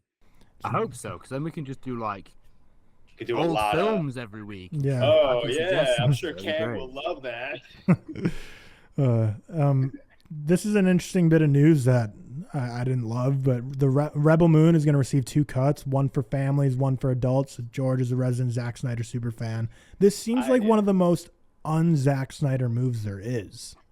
I don't know. Like, I'm gonna defend this movie and Zack Snyder to the day I die, but yeah, this is just too interesting because on one hand I'm like, okay, how R-rated is the actual cut of this movie that he wants to like make like a friendly version for kids and families? Or on the other hand, I'm like, how much did this film fucking cost where he needs to make a family friendly version to attempt to break even because maybe the R-rated version wouldn't get it there? Is this connected to anything? This film? No, it was he had originally pitched this story to Lucasfilms and Disney as a Star Wars film, and they basically so it's not like I thought it was a DC. No. It's brand new IP. Oh, Which is sick. Between Rebel Moon and the creator, we're getting a lot of science fiction art and new IP, which is hype. Yeah, like George said, this was supposed to be like within the Star Wars universe, but Star Wars didn't buy it, so he kind of just said like, "Well, I'm going to keep moving with it." And yeah, George, that's a very interesting point. Like, is there 2 cuts because they need to make their money back and can't afford to cut out the viewers? Like maybe Oppenheimer was able to say like, "Hey, we're able to cut out the younger viewers," or is it because it's so gruesome and bad? The only movie I can think of off the top of my head that has 2 cuts, one for families and one for adults, is The Passion of the Christ, which has like a PG version and an R version. But other than that, I just can't think of anything. Yeah. And I think that there's a Netflix movie, right? So maybe it's interesting. Straight to Netflix. I think it's gonna have a limited theatrical release. Yeah, but probably. Yeah, I don't know. But wait, aren't Netflix not doing any of their films theatrically anymore? I think including myself, I misinterpreted that to be that they're never going to do it anymore, because I think what it is like, Glass Onion was like worldwide. Pretty much every state had it. Every country pretty much had it. You could see it for a few weeks. They're not going to do that anymore. But I think one of the Oscars rules is you have to have somewhat of a theatrical release in like LA and New York in order to be it. Okay. So I think what they're going to do is have like what A24 does with a lot of their movies, like have the limited release, but then just never do the wide expansion after that. Yeah, I'm sure a Zack Snyder movie will get a lot of love at the Oscars. I mean, if they bring back the fan favorite award, you already know this one. No, you're so right. You're so right. If they bring that one back, the budget is around. The shit out of that again. The budget is around 166. Is that high for Snyder, or is that? I thought it'd be like lower than expected. I don't know. I know when he re-released the Snyder cut, he added like another 70 million already on top of like a 200 million budget or something that he had used. Army of the Dead, I'm sure, had a pretty high budget. Is that the one with Batista? I haven't seen that. That's a good movie, Seth. I think you would genuinely like that movie. Owen about that yesterday. Yeah, he watched it. He said he but likes it, Yeah, he gave it like a 3 stars, which I'm like, which is Owen's- like a 5. Yeah, for which us, is like a isn't it? 5 for an Owen rating scale. Owen's also a big Snyder guy, though. Yeah, he is, surprisingly. I actually kind of want to watch Snyder's Work because I have seen 2 films he's done, which are 300 and Dawn of the Dead. I really like Dawn of the Dead, and I do like 3. I don't love 300, but I do like it. So I feel like I should watch his films. Like, I haven't even seen Watchmen, for example, which apparently is really good. Watchmen is good. Yeah. I watched Watchmen the other night, man. Watchmen Yeah, I is saw so that. good. So I probably will get into them. Oh no, he did the Owl Legend of the Guardians with the owls. Interesting. Any of you guys seen that? No, haven't even heard of it. It's okay. Yeah, It's it's a very okay. weird film. But yeah, I'll watch him soon because I am quite intrigued now. When does that come out? Is it this year? It's like December, I'm pretty sure. I don't know. I think it's like literally like a Christmas release, basically. Interesting. But yeah, Cool. sticking with Netflix news, so Jenna Ortega is confirmed to be a producer on Wednesday season 2, and she says it'll be less of a romance like the first one with the romantic love interest and more dark and more horror compared to season 1. I think it's cool. I think it's always awesome if a person working on a film as an actor is able to get a producing credit and get their hands in the pie and help make it and help shape it, especially since she's definitely pretty passionate about the Addams Family and Wednesday and this whole series. So I think it'd be cool. Did any of us watch the first season? George I did. George. So I liked it. Did- I liked it a lot. yeah, does ditching the love interest and going more dark sound like something that's gonna be exciting for season 2? I don't know. That's the thing with the Addams Family. Typically, I'm all for going as dark as possible. But like the Addams Family has always just been a quirky story. So I'm curious how it's going to play out if they do decide to go the dark route. Maybe like dark with like comedic aspects. Yeah, that's what I'm without saying. Like, I romance. doubt they're going to go like dark, but like, No, yeah. But I also do enjoy her love interest in season 1, assuming that would be the same love interest that carries over to season 2. Yeah, fair enough. We have a couple new TV shows that reviews are in. We haven't watched any of them, but just for the viewers at home, if you were thinking of watching them, The Idol has received horrible critics reviews, but I will say, I guess if I'm going to say something nice about The Idol, it's given mixed audience reviews. I wouldn't say the audience seems to be hating it. I'd say it's just kind of mixed. But it's a major step down in viewership for HBO from Succession and Barry that were each carrying 2 to 2.5 million per week. This one got under 1 million views for the pilot Is Oh, it episode. 900K? Yeah, 900K. So it doesn't look like it's going to be one that's great. The Weeknd's performance specifically is being just dragged as one of the worst of all time. Good Lord. Yeah, so not doing great. The worst of all time. and That's so then- hard. I mean, that's literally what people are saying. And then we have I know. I just that's crazy harsh thing to say. like, Yeah. the worst of all time. Tom Holland's new show, The Crowded Room, which also stars Amanda Seyfried and Sasha Lane, came out on Apple TV Plus. The first 3 episodes receiving horrible critic reviews, like basically just as low as The Idol. It's like an 18% on Rotten Tomatoes at one point for the critics. The audience seems to be liking it a lot more than The Idol, though. But Tom Holland, is he a good actor? I saw, infamous Yeah, Blu-ray he's Angel tweet saying we are so lucky to have Tom Holland in this generation. He's one of the best of all time. Wild. Yeah, Let's just get that out there. But Yeah. I know Cam really likes him, but I think he's a perfectly fine, if not a good actor. I do think he's a good actor. I just think He just picks up shitty scripts. the projects don't allow him to showcase his acting Yeah. ability. I don't think he's like. I don't think you can say he's the best one of the best of the generation. Or at least, well, not that we've seen anyway. We haven't seen enough from him in terms of interesting projects to allow that statement yet. I wouldn't say, but Yeah, I think he's good. I think he plays a great Spider-Man. He hits the comedic or the dramatic elements really well in those. I think some people don't give him enough blame for like the movies he's in though, because everyone says like, oh, he needs to fire his agent. It's like at some point though, as an actor, you got to be like, it's not like it's not just your agent says, here's your new movie, you're going to do it, go shoot it. Like no matter, like you have an input, especially when you're at Tom Holland's level. When you're an actor that's notorious, you're playing Spider-Man. Like you're not just getting scripts handed to you where it's like you have to do this, you have no other choice. You're not going to feed your family. Like he needs to be a little better at himself, reading and sifting through scripts because it seems like everything's a miss. Because he is Spider-Man, people are always going to hold him to a high regard, and it's going to be harder for him to get roles that are interesting without people referring to him as Spider-Man. I thought he was good in. I didn't think the film was amazing, but The Devil All the Time, the Netflix original. I think you watched it, George, didn't you? Yeah. I thought he was pretty good in that. With Robert Pattinson, I thought they had quite a good duo there. And I thought there was even though I didn't love the film, I think I'd like him to pick up more projects like that. Really interesting ideas. Because I want to see him showcase that ability outside of a franchise setting. But yeah, I think he's good. I think he just needs to get better projects, really. That's all. Yeah, and I will say that people have been saying that his performance in the show is a shining light. It is quite good, and it's one of those, it's a dark show, it's a grim show, and he plays a grim character, so he said he's taking a year off of acting as a break to kind of decompress. And I think that's partially because the role is probably intense, and partially just because he's, he did Uncharted, he's done all of Marvel, he's done quite a lot of other projects as well. Yeah, he's done some bad films. I've just thought about this shit. Yeah, like, what is it? Isn't there one with like Cherry in it? Isn't there something with Cherry in the word? Something like that, the Russo brothers film, but I don't know. Yeah, Cherry. Yeah, Cherry. Not great. Speaking of Spider-Man, though, Spider-Man Beyond the Spider-Verse and Mickey 17 are both going to be releasing on March 29, 2024. So, the Barbie Oppenheimer double feature. We also have, this is going to be an absolute must-see double feature with Beyond the Spider-Verse. Will it get released by then, though? Yeah, will it? That's the big question. I think I think everyone's... I think a lot of Beyond the Spider-Verse is probably made. Like, it says like Haley Steinfeld didn't voice her lines yet, but so that's concerning. I don't know. I'm not an animation expert. I don't know if that's like the last thing you do. Yeah, I don't really know the time frames as much as I do with live action, but that it seems very quick. I know sequels usually do, and I know most is probably been made, but I don't know, March. Yeah, I see a pushback. Seems quick. If they do it and they nail it, that'll be incredible. But it's great as well. That'd be insane.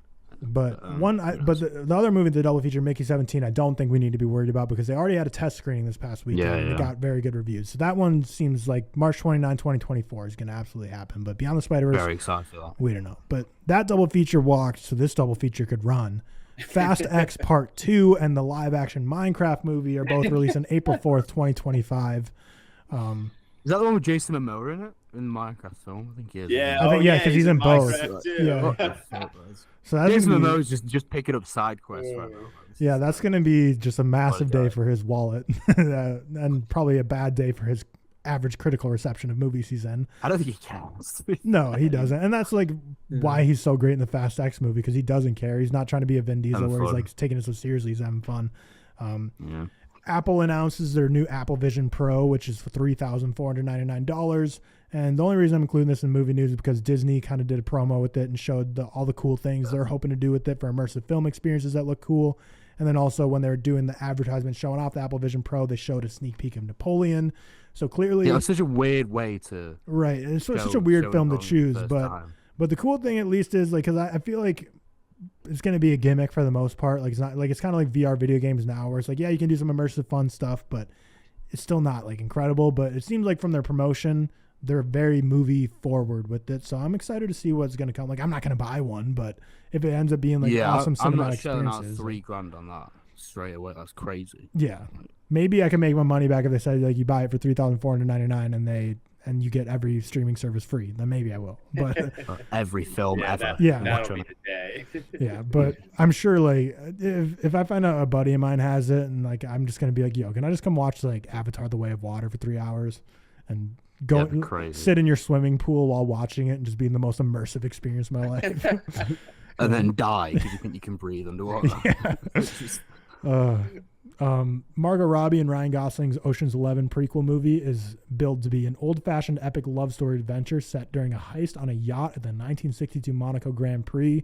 The Ocean's movies have been very hit or miss, but Margot Robbie and Ryan Gosling I very much enjoy, and this premise sounds cool, like a heist on a yacht at the Grand Prix in 1962, that time period, like the 60s, I feel like is one of the least represented, like 50s, 60s in terms of cinema. I feel like we get so many 70s and 80s movies, but the 60s will be fun, and then the Grand Prix, that sounds fun.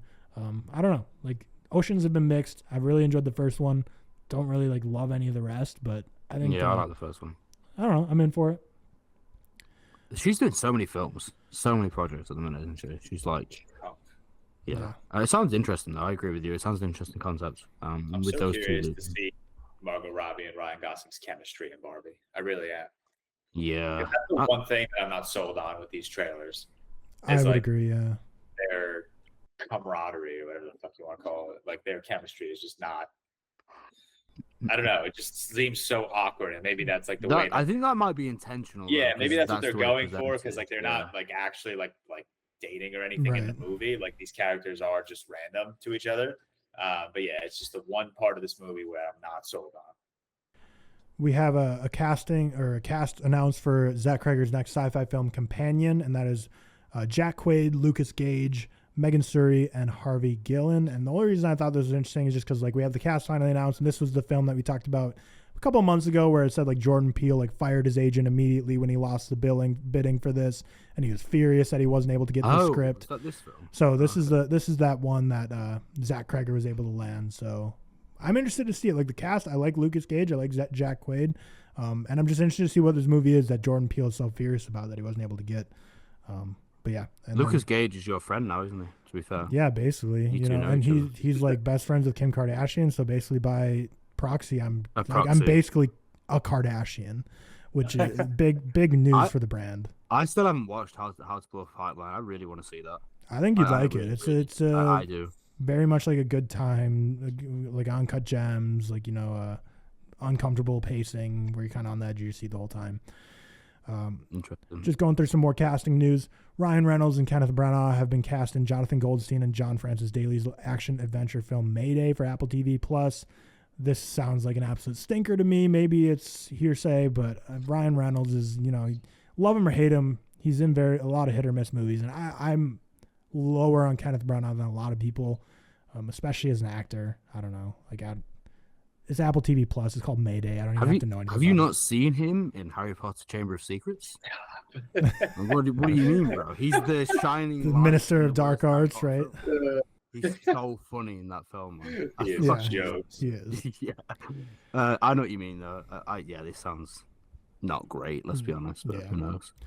And then we got Hugh Grant, who's in talks to star in Beck and Wood's next horror movie, Heretic for A24, and the film follows two missionaries that attempt to convert a dangerous man. Has Hugh Grant done any horror before? I feel like that's very... Yeah, I was thinking, not like... He's more of either family movie or a rom-com kind of guy, so... Yeah. Interesting. I don't know. Beck and Woods, I feel like I've heard their names. I can't think off the top of my head other movies they've made. I feel like they have done some stuff. What's it called, this film? Heretic. Beck and Woods. For some reason I think they did 65, which is they did 65. I think Scott Beck did, yeah. Okay. Oh, they did do 65. Stinker of the year coming in. Oh, stop it, God. bro. Stop it. 65 is not that bad. I haven't seen it yet, to be fair. fair. And I think they did the Boogeyman also, so which I'm going to see, but... I haven't seen that either. Yeah. I need to watch that. I think that's another one that people are saying is a lot similar to like Transformers: Rise of the Beast. My criticism, where it's like a lot of the cool scares and moments were in the trailers, and but yeah, more movie news. Let them come. Wes Anderson is set to begin filming his 13th film of later this year, with Michael Cera set to star. I think that should be an this man interesting doesn't pairing stop, does it? Bro, I love that the news is with Michael Cera set the star, as if we're not going to get news that 25 other massive actors and actresses are going to be in this movie. Michael Cera is just a funny character. Michael Cera should not be the first person you advertise. He's so interesting though, because you don't see anything of him in the general art in the audience, and it's he doesn't do many projects. He's just such an interesting character. I know, but Tom Hanks is going to be in this movie. Jeffrey Wright's going to be in this movie. Why are you advertising Michael Cera? At this point, just tell me Wes Anderson's making another movie. Don't tell me who's in it. I'm excited to see the pairing, though. He did French Dispatch in 2021. Late 2021, yep. Did he? What was the one he did before that? Was it The Life Aquatic of something? No. Something? No. Was that older? I haven't. Grand Budapest in 2017. No, that was 2014. 2014 was Grand Budapest. He must have done something after that. Oh, I think he had that second animated film, didn't he? Isle of Dogs. Oh, Isle of Dogs. What was The Life Aquatic? Oh, The Life Aquatic was 2004. Life Aquatic was very early. Jesus. Yeah, I need to get... I'm not in a Wes Anderson. Oh, Moonrise Kingdom, was that new? No, I think it's even older. No, that was early or late 2000s, I think. 2012. Okay. Okay, sorry. Too bad. But yeah, this man's busy working, and he's not that old, so I think he's just going to keep on grinding. Jennifer Lawrence says that she would love to return in a new Hunger Games movie. I would definitely not be against that. I think she was great in the role. I don't know how. This movie takes place 70 years I think she's born. I think she's just saying she would return to the franchise. I think she's just saying, hypothetically, if they ever want Katniss Everdeen back, she'd come. But yeah, I agree. Okay. I was going to say, it's a prequel that takes place the 10th Hunger Games. That's literally 65 years before the events of The Hunger Games. They could de-age her. What do you mean? Make her 65 years ago. negative 40 years old. Yeah, -4. She got Benjamin Button disease. Oh my god. Several crew members were injured on set of Gladiator 2 while filming a stunt sequence. The crew members have all been treated and experienced non-life-threatening injuries, but I thought it was interesting just because Gladiator 2 like announced they started filming like a week ago, and they're already like having headlines of having multiple crew members injured on set, and they had to cease filming already. I was like, oof, that's... Ridley Scott wants us to be as authentic as possible. He's actually making people battle each other. He's putting like people in cages with lions and stuff. He's like, we want this to be as authentic as possible. Fight each other right now with these swords. Yeah, so that movie is off to a great start in their early days of filming. Hocus Pocus 3 is in the works at Disney. I thought Hocus Pocus 2 last year was awful, so I don't know why they decided to keep it going. The Super Mario Bros. Movie has already earned $75 million from video-on-demand sales, and it's still in some select theaters. But I just wanted to make this comment saying, like, studios know what they're doing. There's so many tweets that are like, oh my God, this movie came out 3 weeks ago. How are they already going to digital? Studios know how to make money. They know what they're doing. There's no way Super Mario Bros. Is making $75 million at the theaters this weekend. The people that are in charge of the money, they know what they're doing. They got there for a reason. They didn't invent. They didn't have to make up inventing Frito-Lays to get to where they are. And then we have a 4-part Lionel Messi docuseries in the works at Apple TV Plus. You know, Lionel Messi, America's pride and joy, heading to Inter Miami. So the greatest American soccer athlete of all time. And yes, it is soccer now that Lionel Messi is playing in America. Just one wild. Did you see that every single Inter Miami game for next season is already sold out? Yeah, and it like the average ticket price was like $30, and I was like $3,000 on resale. Yeah, absurd. Wow. And like every like a road game they have, like the ticket prices for that home team are just like bazooka crazy. Wait, question. Yeah. Right, George, you go to baseball a lot, right? Well, not a lot, but you go. You know. Yeah. How much are you spending per game, roughly? So the baseball games I've gone to this year, I haven't spent a dime. My mom works for Nathan's Hot Dogs in accounting, so she gets free tickets. Does she get to go to the hot dog eating contest? That's sick. How much would you have to spend? Because I'm interested. I mean, if I had to pay to go to a baseball game, I wouldn't get like amazing seats. So I don't know, maybe like 50 to 100. Okay, that's not too bad. I'll say it's different for Georgia and New York too, because the East Coast in general is a huge baseball culture. Yeah. In everywhere else, like in Minnesota or in Arizona right now, you could get cheap seats for $5. Like literally, you could be in the upper stands $5. NFL though, is that even more? NFL would be more. That'd probably be like you're probably spending triple digits, like like $100 minimum is probably the minimum for NFL. I was just comparing it to like football prices. For like American football, for soccer, I'll say like it's.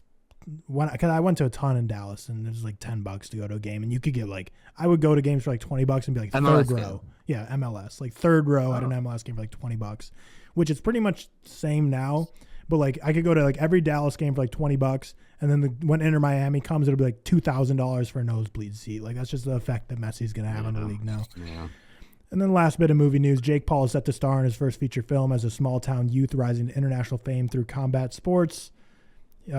Yeah, love him or hate him, he's accomplishing a lot of side quests at this point too. Yeah, I don't know. He knows how to make money. That way too. Yeah, and I'm sure this movie's going to make money because I'm sure he's going to promote the hell out of it and get a bunch of people hyped up for it. So good on him. Who's going to be hyped up for it, man? I mean, surely no one's there. Like going crazy. Jake Paul has a crazy following. He does, but like, does he have a crazy? Yeah, I guess so. He's just a clever guy, to be fair. He knows what he wants to do. Yeah, for sure. We'll get into nerd news now. Oh, were you about to say something? No, nothing. Okay. We're going to get into nerd news now. So Andy Muschietti is set to direct Batman the Brave and the Bold, which is technically not confirmed. They said they'll confirm it once the writer's strike ends. But it's basically all but the dotted line has been done that he's going to be the one directing Batman the Brave and the Bold. So cool. Like I know, George, you're the only one. Though? This is going to be the first Batman film in the new James Gunn DC universe. It's going to be coming out in like 2025-ish or something, or 2026 maybe. So it's the one that follows Batman and Damian Wayne. George, you're the only one who's seen The Flash, and you're going to be seeing it again this week, or is that next? No, that's this week. Yeah, tomorrow. That's this week. Yeah, tomorrow. Yeah, tomorrow. Oh, you see it tomorrow? And Seth, you're seeing it this week as well. So George, Andy Muschietti, is it based on The Flash? Are you happy he's the guy directing? I think this is great, especially based on the Flash. I think his direction is fantastic. I've said this before. I think translating the Flashpoint paradox into live action is a really daunting and tough task, and I think he did it as well as anyone could have. And yeah, I think team him up with James Gunn, let James Gunn give some creative input here and there on how he wants to see a Brave and the Bold movie be directed, and let them work. I think this is fantastic. He did direct it chapter 2 though, so like you got. He did, yeah. And in bring it chapter down 1, which I slightly didn't love. And chapter 1. Yeah. No, because chapter 1 is a good thing. So They're both a good thing. Yeah, they're both good. They're both I very good. searched Brave and the Bold then, and all I came up with was the Scooby-Doo Batman Brave and the Bold, and I was very confused for a second. Scooby-Doo meets Batman and Robin is so fucking good. I like Scooby-Doo. Have you guys ever seen that? No, I didn't. I know think thing. so. The I one don't where like remember the it, yeah. house rotates. That movie is I like so Scooby-Doo, fucking it's good. funny. But yeah, so the Flash comes out for everyone this weekend, and it's this weekend for fans of movies. So if you're listening to this right now, you're a fan of movies. This weekend's Well, cracked. hopefully you are if you're listening Yeah. to this. Otherwise, like, So what are you doing? we have The Flash coming out this weekend, which is the most anticipated DCEU movie in a long time. We have Elemental, which is Pixar's latest, which I don't think Oh, is that this week? Yeah, that's this weekend. Oh shit. You have Extraction 2, which Cam's super excited for, and we're going to all get to see that 25-minute one-take action sequence. So that comes out this weekend as well on Netflix. You have The Blackening, which is like a horror comedy, which isn't super exciting, but that's another movie coming out. And then on top of that, New York and LA are getting Asteroid City this weekend. So June 16th is one of the biggest weekends for cinema of the year in terms of how many new releases of massive IP are coming out or from massive studios. So good weekend to go to the movies if you're ready to see all Got those. nothing else to do. Yeah, and if you got nothing else to do, Are you can see going to plenty. go and see Asteroid City, George? Have you tried Yeah, to see it? I'm definitely. Yeah, I'm gonna see it. Okay. When does it come out for you guys? A week later, Wait, so for next week, like the 19th? 23rd. 23rd. It comes out. We get it early. Oh, yeah. Interesting. Very Interesting. interesting. Cool. But yeah, then we'll continue on with some DC news. So Nicholas Hoult, David Corn Sweat, and Tom Brittany are screen testing this week for Superman Legacy, as well as Emma Mackey, Rachel Brosnahan, and Phoebe Dynevor will testing for Lois Lane in Superman Legacy this week. So not necessarily saying those are the final 3 in each, because you could always add more people to screen test. But if you're a betting person, those are probably your 3 finalists for both of the roles. And that does it for DC news this week. We already kind of talked about who we would like for Superman casting and Lois Lane casting, so we won't have to go into that again. Marvel news, Preston Matanga kind of got his praise for the week for being the 14-year-old who worked on the Lego sequence for Across the Spider-Verse over several weeks during his spring break and then finished it after his homework on school nights. So I'm giving him the name of Cool Guy of the Week because being that young and being able to make something that's in a movie that's going to come close to $1 billion and is one of the most beloved trilogies of all time. And it wasn't just like a 2-second thing. Like it was at least like he had like probably 1 or 2 minutes of animation that he made all himself, which is just awesome. So Cool Guy of the Week, Preston Matanga. Bravo, sir. Obviously you're going to have a bright future ahead with this already on your resume at freaking 14 years old. Absolute dog of the week. Yeah, Dog of the Week. I like that better. And then we're going to go from Dog of the Week to Loser of the Week. Tenoch Huerta. I used to think it was Tenoch Huerta, but then after watching Y Tu Mama Tambien, there's a guy named Tenoch, and that's how they pronounce it. Oh, so yeah. I'm wondering- Yeah. So Tenoch Huerta has been accused of sexual assault. Another Marvel L. It's just no good. Like I hope this gets I hope everything is okay and good in terms of Maria Elena Rios. And it's just crazy all the news that keeps coming out from Marvel. I think it was like a year or 2 ago when the whole like Amber Heard and the whole Ezra Miller stuff came to light, and Marvel was kind of dunking on DC, saying like, "Wow, they just cast all like the worst human beings ever." Seems like they were throwing stones from glass houses at that point because it seems like Marvel's got plenty of losers of the week working for them, so no good. Marvel officially changes their name of Captain America: New World Order to Captain America: Brave New World. I didn't really know the connection of New World Order and some negative connotations historically, but that aside, I think it's like a downgraded name in terms of just like what name sounds cooler. But I get for historical purposes and for connotations of what the old name had, they wanted to change it. But it's just weird that it took this long. Like if it truly was associated with like World War II and Nazism, like we knew it was the New World Order, and they had it at like D23 and all the Marvel Expos for like 2 years now. So it's like, how did it take this long? in Marvel's defense, Captain America Civil War was supposed to be called Captain America Serpent Society for the longest time. And they didn't announce that change until that final, I think it was at Comic-Con when they had previewed like a trailer or something. Okay. Where they announced that it's not going to be Captain America Serpent Society, it's going to be Captain America Civil War. Yeah, so but maybe that makes more sense because like keeping Civil War under wrap is definitely something absurd. Like that's a massive announcement to make. So like it makes sense that they wanted to keep that under wraps until they had like the platform to announce it. But again, it's not the first time the MCU has done this with a Captain America movie. Yeah, that's very fair. It could just be a case of, you know, when they start producing a film, they just slap a name on it and they just worry about what the actual name is going to be later. And then last bit of news for nerd news is Chris Hemsworth has kind of came out in a bunch of interviews this week and says like he didn't love Thor: Love and Thunder. He thought it got a little too silly. He didn't love the comedy, and he's kind of over it at this point. He's basically just saying what we all know, and we all feel the same, Chris. He said about like what did he say? It made me quite sad reading it when he was like about how Tarantino and Scorsese felt like Marvel films, and he said that, you know, he hated hearing that from his heroes because he always wanted to work with them. It kind of made me quite sad, to be honest. I just felt quite bad for him, and I definitely understand his kind of point of view there. But yeah, I actually watched. Obviously, we'll get into that. But yeah, I watched Thor: Love and Thunder this week, and yeah. You agree on the humor? Yeah, shit. It's not good. What did you think of the screaming goats? We'll get into that, George. We'll get into it. Oh yeah, when we talk about what we've been watching this week, we're about to be there. But yeah, the thing I feel bad for Chris Hemsworth as well too, because there's people like, why am I just blanking on whoever it could be? Like anyone who's joined the MCU in like phase 3 or phase 4. So like, I don't know, whatever new movies are coming. Even like Tom Holland, I guess. Tom Holland came in when it was like halfway through phase 2, or no, it was like the beginning of end of phase 3. Yeah, phase 3. So he came in, and at that point you'd be like, oh, he's joining a mega successful franchise, whereas Thor was like number 2 guy. Like he was like the second guy in, very beginning of the franchise phase. So he didn't join when it was like this tired, mega successful thing. He joined, like he probably signed on to be Thor before like even Iron Man probably even came out and they even knew that this was going to work. So that like at that point he's just, you know, you're in the contract, you're playing the character, you're kind of locked in at this point. So kind of, yeah, I can feel bad for him at that point because it wasn't, you know, he never knew what was going to grow into this crazy thing where now big directors saying like, oh, these franchises are all kind of dry and overdone. But yeah, we'll move on to now what we've been watching this week. George, what have you been ticking off the watch list? I wouldn't necessarily say ticking off the watch list. Like again, I feel like I've been saying this for like ever since I started my new job. I feel like I've been saying this, but I've just been slacking like crazy on watching movies.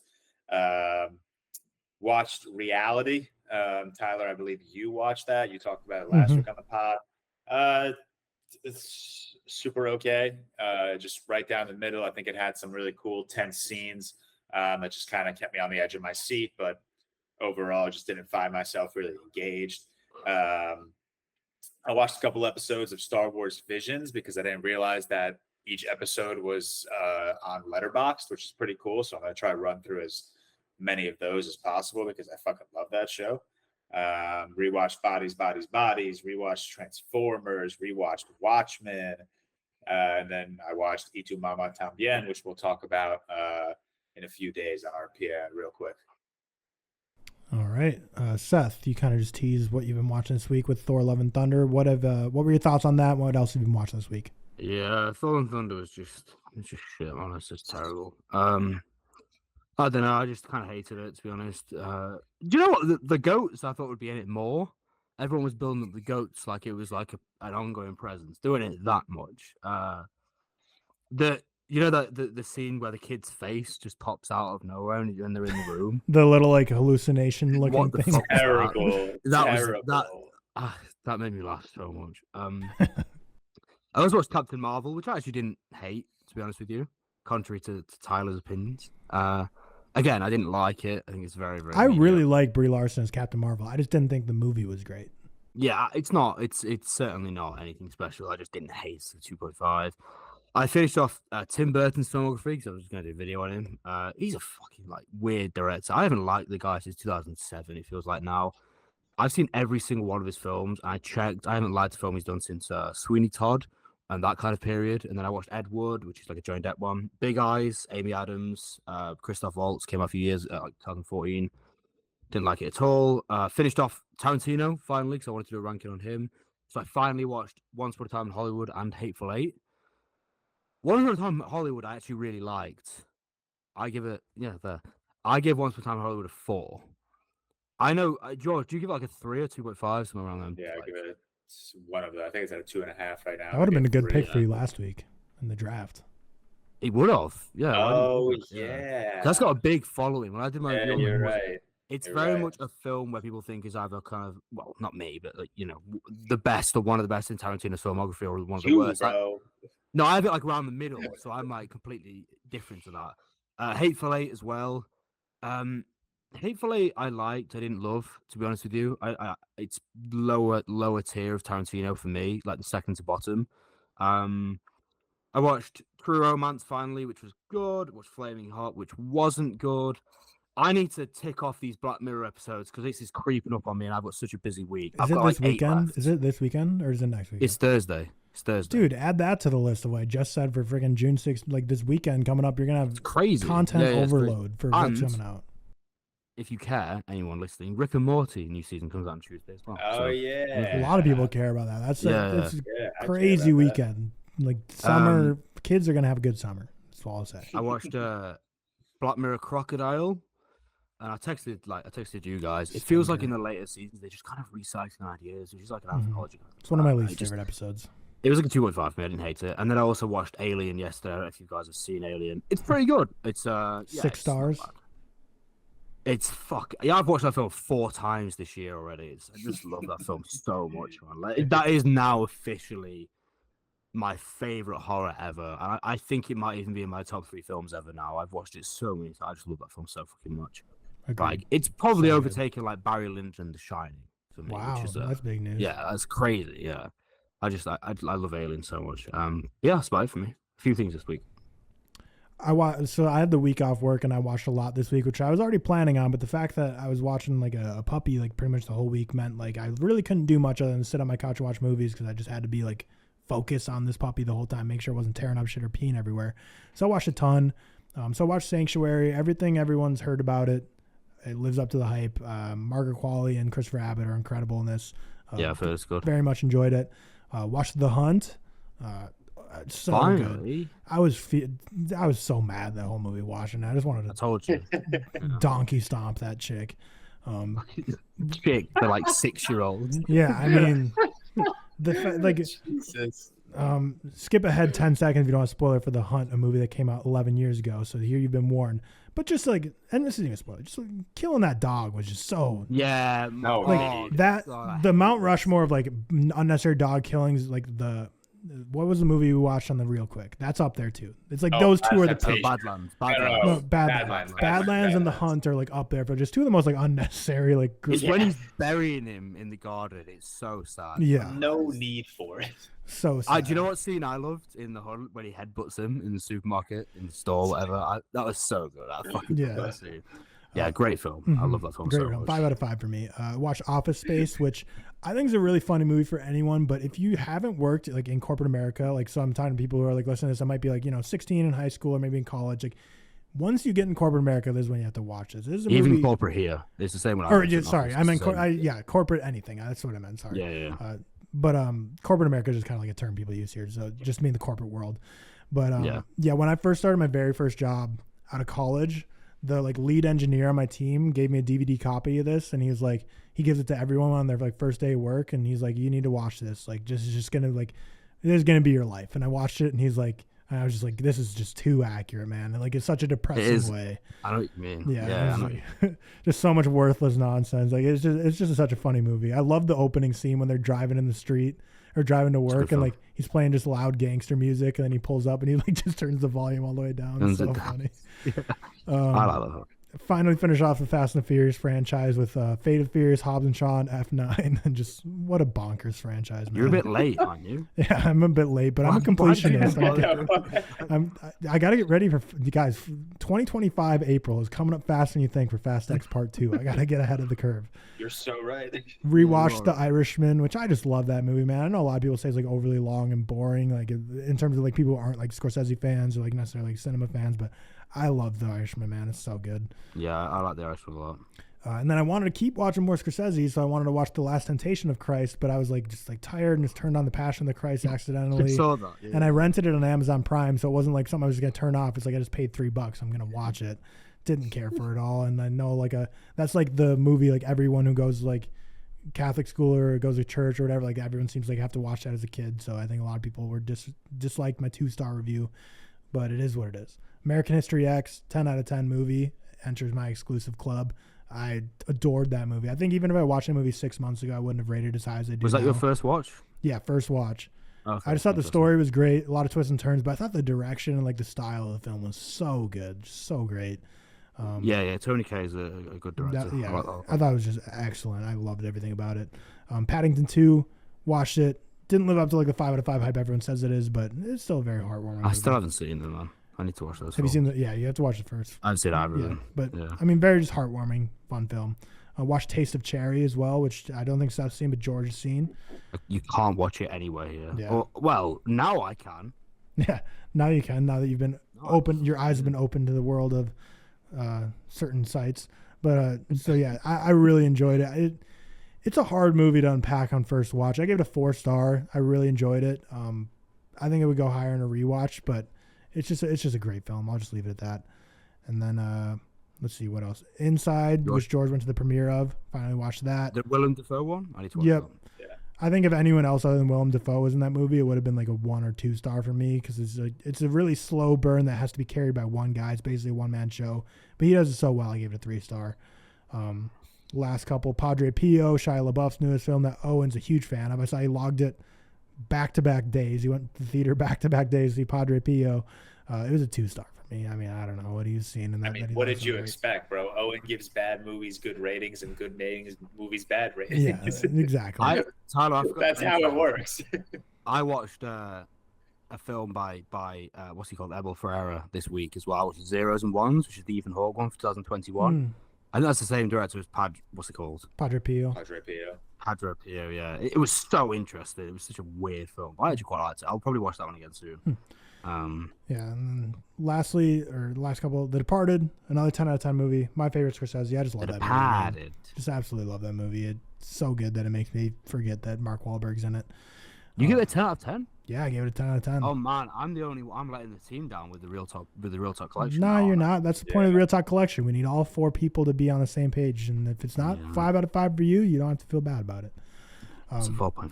I do like it a lot. And then I would love to go through the collection and see how many movies each of us are throwing off. Like, how many do you three have a 5 out of 5 that I don't? How many do me, Seth, and Tyler have a 5 out of 5 that Cam don't? Yeah. And then it's me and Tyler throwing off the Scorsese. It's got to be you and Tyler. It's mostly Tyler's me. the good Yeah, fellas. it's got to be two of you. I throw I didn't want to say it. And then started my Mission Impossible watch through. I've only watched the first one with Brian De Palma directing. Really enjoyed it. The sequence of him, like that everyone's seen, the image of him like rappelling down to that's just such an iconic scene. And then lastly, Shooting Stars, watched the LeBron James movie. I actually quite liked it. I gave it 3.5 star. Like I was expecting just a bland sports biopic, which like it is a pretty much by the numbers sports biopic, but I didn't know a lot about LeBron James' life. I didn't know that he got suspended his entire senior year of high school for like taking a bribe because he got a free jersey from someone. And I just thought LeBron James probably balled out his senior year of high school, but he didn't get to play any of the games. So I was like, that kind of blew my mind. And the guy that got to play him, his voice was so eerily similar to LeBron James. Like I was like, this is a great casting. And then Cam mentioned to me that he's literally not even an actor. He's a 5-star basketball recruit that's going to be playing for Oregon next season, which is a great basketball school. I'm like, that's just crazy that they just got a dude who's literally like an absolute baller to be like, you're playing LeBron James in a movie. And then Caleb McLaughlin played one of his friends, Lil Drew or something, and he was good in it too. But just like a heartwarming story, man. Like LeBron James is one of the athletes that just does everything right. Like he married his high school sweetheart that he met, like his first basically girlfriend is who he's married and is still with today. They showed like the classic like after a biopic where they show like where are they now stuff, and like him and all his high school teammates, like it shows them like hanging out every year, like having a good time getting together. Like he just seems like a very upstanding dude. So it was nice to see a little biopic. Apart from the fact he lies all the time, just makes stuff up. But let's be honest, in terms of all the stuff we've been seeing of celebrities and athletes, we'll take lying. compared to all the other stuff we're getting. No, I like it. It's funny. I like Fair. seeing the videos. Yeah. They're hilarious. The videos. It's not sexually assaulting anyone. Yeah. Yeah, this is true. This is Yeah. true. And but yeah, we'll leave it there with the main part of the episode. We will get into our draft, but quickly I just want to mention, we kind of hinted at it a little bit so far. Y Tu Mama Tambien is the movie we are reviewing on the Real Quick this week. It was suggested by Callum Singh. So if you want to be ripe and ready for Friday when we post that review, go ahead and try and watch it in the next couple days. We all really enjoyed it, but we'll obviously get into it much more in the Real Quick review. And then, as always, check out the Patreon description down below. We changed all the tiers so that every tier kind of got a buff and upgrade in terms of what you're going to be getting for your money. So excited for that. We're going to be having a movie watch along with the patrons this week. So that should be exciting. I'm the one hosting that watch along, and I don't know what we're going to be watching yet, but stay tuned, patrons, because it should be a fun time. And then we also have merch. I'm going to be constantly adding new stuff to the store because we're always thinking of new ideas. So make sure you're checking that out. Our website, ReelTokPodcast.com. We are now going to be getting into our draft, which was also suggested by Callum Singh, which we don't choose patron suggested people for the main episode draft. We do this for Real Quicks, but I just couldn't think of anything. Like, I didn't want to do it. Like, what are we going to do? Like, draft our favorite chips for Flamin' Hot? Maybe we could draft our favorite Transformers. Oh, that would have been great. Yeah, I feel like we would have ran out of chips because eventually. I'd have just said things that you wouldn't know, and you said things I your wouldn't favorite know, crisps. Yeah. Crisps. But That's yeah. what they're called, bro. Crisps. I just couldn't think of any good draft this week that related to the theme. Damn, that would have been so fucking funny. We'll pencil that in for next week or something. We'll do favorite crisps. But we're going to be drafting the worst acting performances of all time. This should be interesting because like it was hard to prepare for. This is tough. My strategy. I just thought of the first ones came to my head. I just looked at my lowest rated films and just like looked at ones that had egregiously bad acting and tried to pick from them because I was looking at lists online and maybe other people agree with this and I don't. But there was lists that said like Daniel Radcliffe and Harry Potter, one of the worst of all time. Tobey Maguire and Spider-Man. Wild, man. Those are wild. Like I was just like, these lists are giving me nothing right now. So I had to. It wasn't the typical draft where we can kind of postpone prepping for and just look at a list because I was like, these lists are ass, dude. But we'll get right into it. So the draft order, because we're obviously camless, is George, Seth, and myself, and we are going to be going for 5 rounds. Let's start off with George, the number 1 worst acting performance of all time. I'm so intrigued to see where you're going. I don't know. I don't know because like I don't. In my mind, there's no clear. There isn't performance of all time. No. There are 2 that stand out to me like crazy. So I'm confident. I don't know if I'd say I'm confident both of them will go first round. I'm definitely going to take one of them. So I don't know how confident I am the second one will be taken first round. But I am going to go. I'm sorry to do this to my homie. I'm going to go with Arnold Schwarzenegger in Batman and Robin. Batman and Robin. I like him in that film, but yeah, he's kind of shit. Tough week for Arnold Schwarzenegger, getting 1 pick for worst acting, and for Seth to tell George to stop doing Arnold presses. Arnold just can't.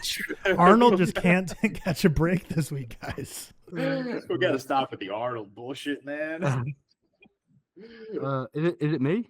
Yeah. I'll go. I mean, you can't have this conversation not mention him. I'll go Tommy Wiseau for The Room. Yeah. Iconic. Yeah. He just came out with a new movie that's screened in LA because I know a writer who went to go see it. Right. He's trying to go 2 for 2 on shitty movies. I'm gonna go this has got to be a first round pick in my opinion. I'm going Sofia Coppola for The Godfather Part 3. Yeah. I knew you'd pick that. I knew you were gonna get that. Had to get it. I just despise that performance. Oh shit, it's back to me on a back to back. I'm gonna go with a recent one now since we kind of went with a throwback there. I'm gonna go with Tom Hanks and Elvis. Wow. That's a great. People hate you for that, but I really like. Yeah, that. people will hate you for that, but I completely agree on that. Yeah. I was gonna spoil something for maybe a potential pick, but I don't want to get taken from me, so I'm not gonna spoil it because maybe I can get it later. His performance in that film took it down by like a star or 2 for me. I'm not even joking. Literally. Back to you. This literally just came to my mind, and this is just not like the worst one ever. And she barely says anything, so this is incredibly harsh. Ruby Rose in John Wick 2. Oh yeah, she wasn't that great. I mean, she's also. The thing is, right? She doesn't say anything. I just think she's a really bad and dull actress. And do you know we had that period when she did like Orange Is the New Black, where she was like the thing, everyone's obsessing over her, and she was cast in so many projects. And I just think she could never act, and she was cast the namesake. And in John Wick, even the facial expressions she does are bad. I'm telling you. Mhm. Go back and rewatch it. She's terrible. No, in it's that the film. same thing in The Meg. She's also in that, and she's so Oh, bad. shit. Every time she's on the screen, like she just looks like a fish out of water whenever she's on screen. No pun intended for The Meg. Yeah, I was about to say that. Yeah. George. My second pick, I'm gonna go with Mark Wahlberg in The Happening. That's gonna be a controversial pick too. Good performance. Stop. It's comedy. It's not comedy. Stop. I It's hate comedy. that. Oh, it's a bad movie because he meant to It's make it a bad. Deliberate funniness. That's Stop. what it It's is. such bullshit. It's such a How shitty way to dare defend a movie. That's How such a dare trash way to defend. To be fair, How- any Mark how- Wahlberg performance, even his Oscar nominated The Departed, I wouldn't mind seeing on a worst acting performance of all Yeah. time list. Oh, not Boogie Nights. He's got. Oh, Boogie okay, Nights. that's fair. That's the Right one. there. It's because he was too young to be Um, able to act bad. He was too naive to understand what bad acting was. Although he was probably more horrible as a young person anyway. So who knows? Oh yeah, we all know about young Mark Wahlberg. Yeah. My third pick, I'm gonna take Addison Rae, and he's all that. Oh, Have you watched that? I haven't watched that shit. That's funny. okay, I was about to say I was gonna do because when Seth was gone, I did an impression of him being mad that someone stole his pick, and I was gonna do that for Cam Yeah, so- because I know he's a fan of She's All That, but I think Yeah, he he says he likes that likes her performance. He's a so, fan. He's Yeah. not so a he would. fan of it, So I'll be he's like, just- Cam be like, Cam's just oh, down that's so bad." bullshit. Oh, you don't even freaking know Yeah, what you're he just- talking he goes- about. he puts Michael his Bay hands up. balls on Transformers. L. Oh, fuck. Is it me again or is Yeah. it Doug? Yeah, he's two It's pitching. you. Yeah. Back to you. I'll go Halle Berry in Catwoman. Yeah, gotta be Yeah. drafted. Gotta be drafted. Didn't she get a what's it called? She accepted she got a Razzie. Razzie. Yeah, she Yeah, got yeah. a Razzie. And she accepted it. That's funny. I like that. And the thing is, with a draft like this, like Halle Berry and Catwoman, I know some people disagree with Mark Wahlberg and The Happening and stuff, but it's like for drafts like these, you could say like, oh, it's not their fault, it was the writing, it's whatever. But still, like that at the end was of her the day, it's worst acting performance. I mean, the That whole was movie super sucked. her Though. fault. The whole Although movie the sucked. whole film is just like Doesn't But get so- more her fault than that. The basketball scene is one of the greatest scenes in comic book history, though. I can't get enough of that scene. Okay, next up we will go with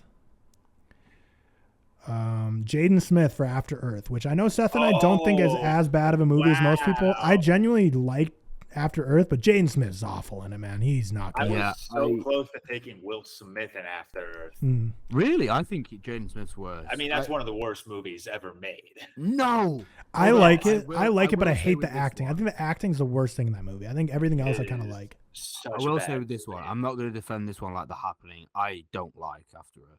I don't Can't like wait After for Earth. Doug and Owen to see our graphic with 2 Shyamalan Yeah, picks. I know they're gonna freak. I might make it 3 actually in a little bit. Oh, if we're being shit. honest. Oh shit, it's back to me.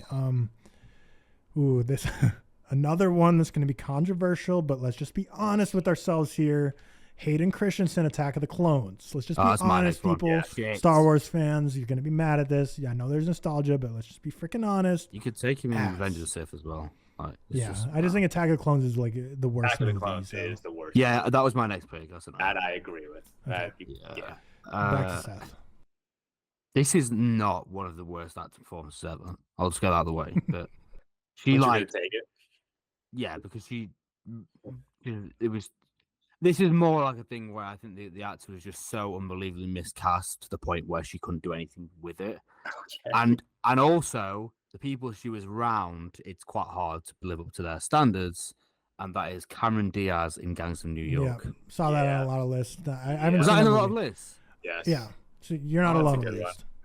Okay, yeah. Yeah. I just think she was so miscast. Mhm. She annoyed me. Have you seen Gangs of New York, Tyler? I'd be keen to know your Yeah, opinion on but that. It's, literally like 10 years ago. So it's quite low down on my Scorsese Yeah, ratings, to be that's honest. I don't know where it is on mine. I have to rewatch it for sure. hateful. George, your All right, final 2 my- picks. Yeah, my final 2 picks. My 4th pick, I'm gonna go with Adam Sandler in Jack and Yeah, Jill. there it is. There it is. Yes. Yeah, that You just don't that get one has Adam to Sandler be- horrible performance. You get 2 for the price of one. Wow, facts. Forgot about that. And then my last pick, I don't know. I can go a couple of directions, but I'm gonna go with shit. Because I'm just looking at this, like so many of these performances just piss me off like crazy, and I want to take every single one of them. Like every single one Yeah, of the them. honorable mention should be good. Yeah, the honorable mention should be good. I don't have any. To be honest. Should I dog Josiah and take Kevin James and Paul Blart Mall? Oh, Yeah. I'm gonna pull a Cam here Yes. and say like I like that. Yes, no, yes, yes. that's obviously a joke, but No. When he's risen up like the electronics store girl, and he's a king, man. All right, I'm gonna go with. Oh, I just saw it. Shit, no, damn, fuck. Hold on. I have this. Bro's list Yeah, is 200 names long. If he lost it, his order, he's like, "Fuck, where was it?" Yeah, I have a long list in front of me. I'm gonna go with Dwayne the Rock Johnson in Race to Witch Mountain.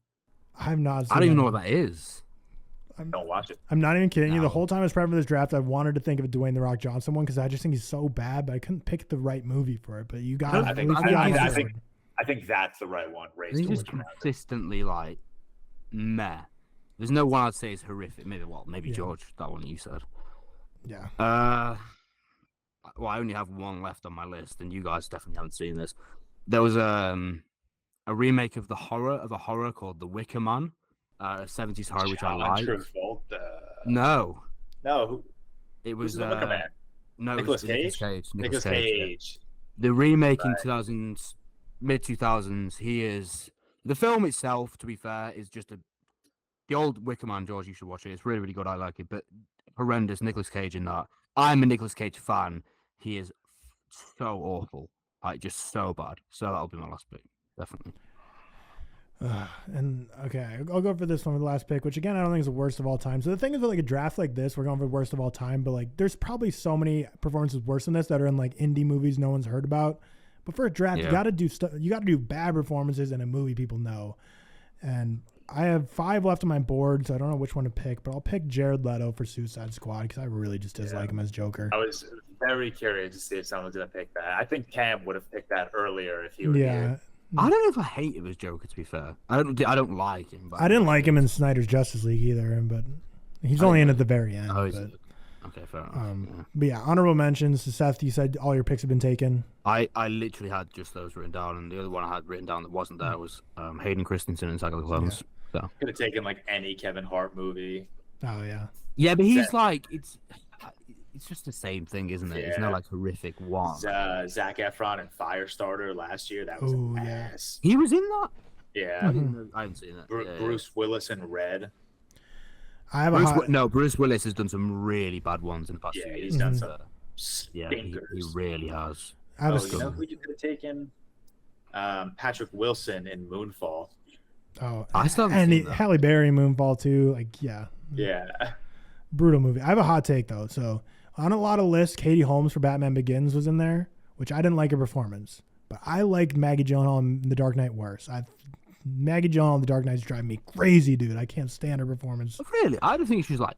I mean, I don't think she's great, but I don't think Maggie Gyllenhaal's that bad. I don't know. I just really don't like her as an actress, but I will say, like, I really have enjoyed her directing work so far. I really enjoyed The Lost Daughter with Olivia Colman, your girl.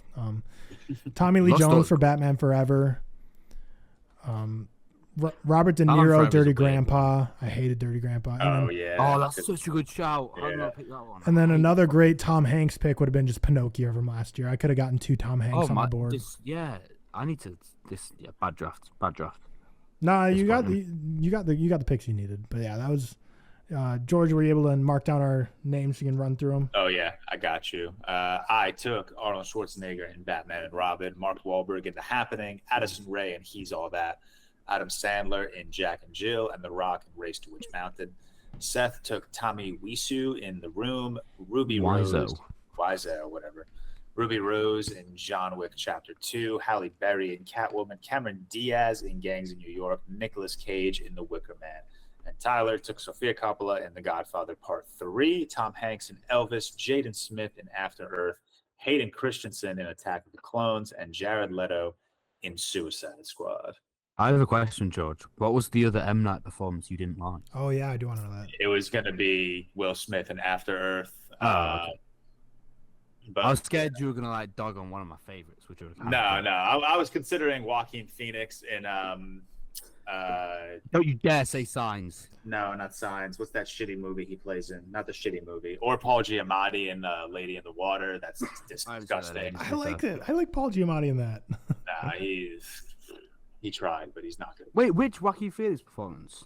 What's the one with oh my god, The Sixth Sense? No. Signs. No. He's in God 2 damn it, Shyamalan man. movies? Oh, The Village. The Village. He's good in The Village. Yeah, of You course can't, he you is. can't And- put a Joaquin yeah. Phoenix on the Sure, worst and The performance. Happening is a good movie, Seth. Sure. Because it is. Otherworldly glazing on M. Night Shyamalan from Seth this week. Yeah. I mean, let's crazy. be fair. Okay, let's take a step back. I rate it a 3-star. Like, it's not like I'm not who's out here giving like 5. Yeah, it's one of those things that like Cam has to do all the time, where like we say something's like a half star, and he always says it's like a 3-star, but he has to treat it as like a 5-star because we're so low on it that you have to be like Because the you're opposite. so negative. That's me. Shout out to our patrons once again. We will.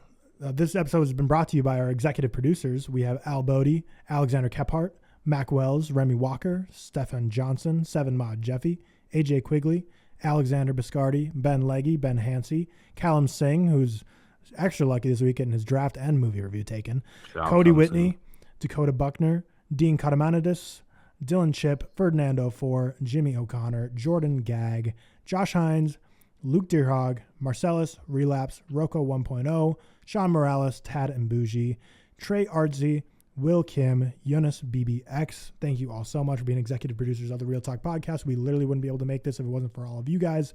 So thank you all so much. If you want to join the Patreon and join our watch parties, we're going to be having Google Hangouts with patrons and Discord and all kinds of great stuff. Make sure you check it out in the description down below. But that has been the Big 4-0 episode of the Real Talk Podcast. Stay tuned this week for the E2 Mama Tambien real quick review and our draft coming up this week as well. And as always, we will see you in the next one.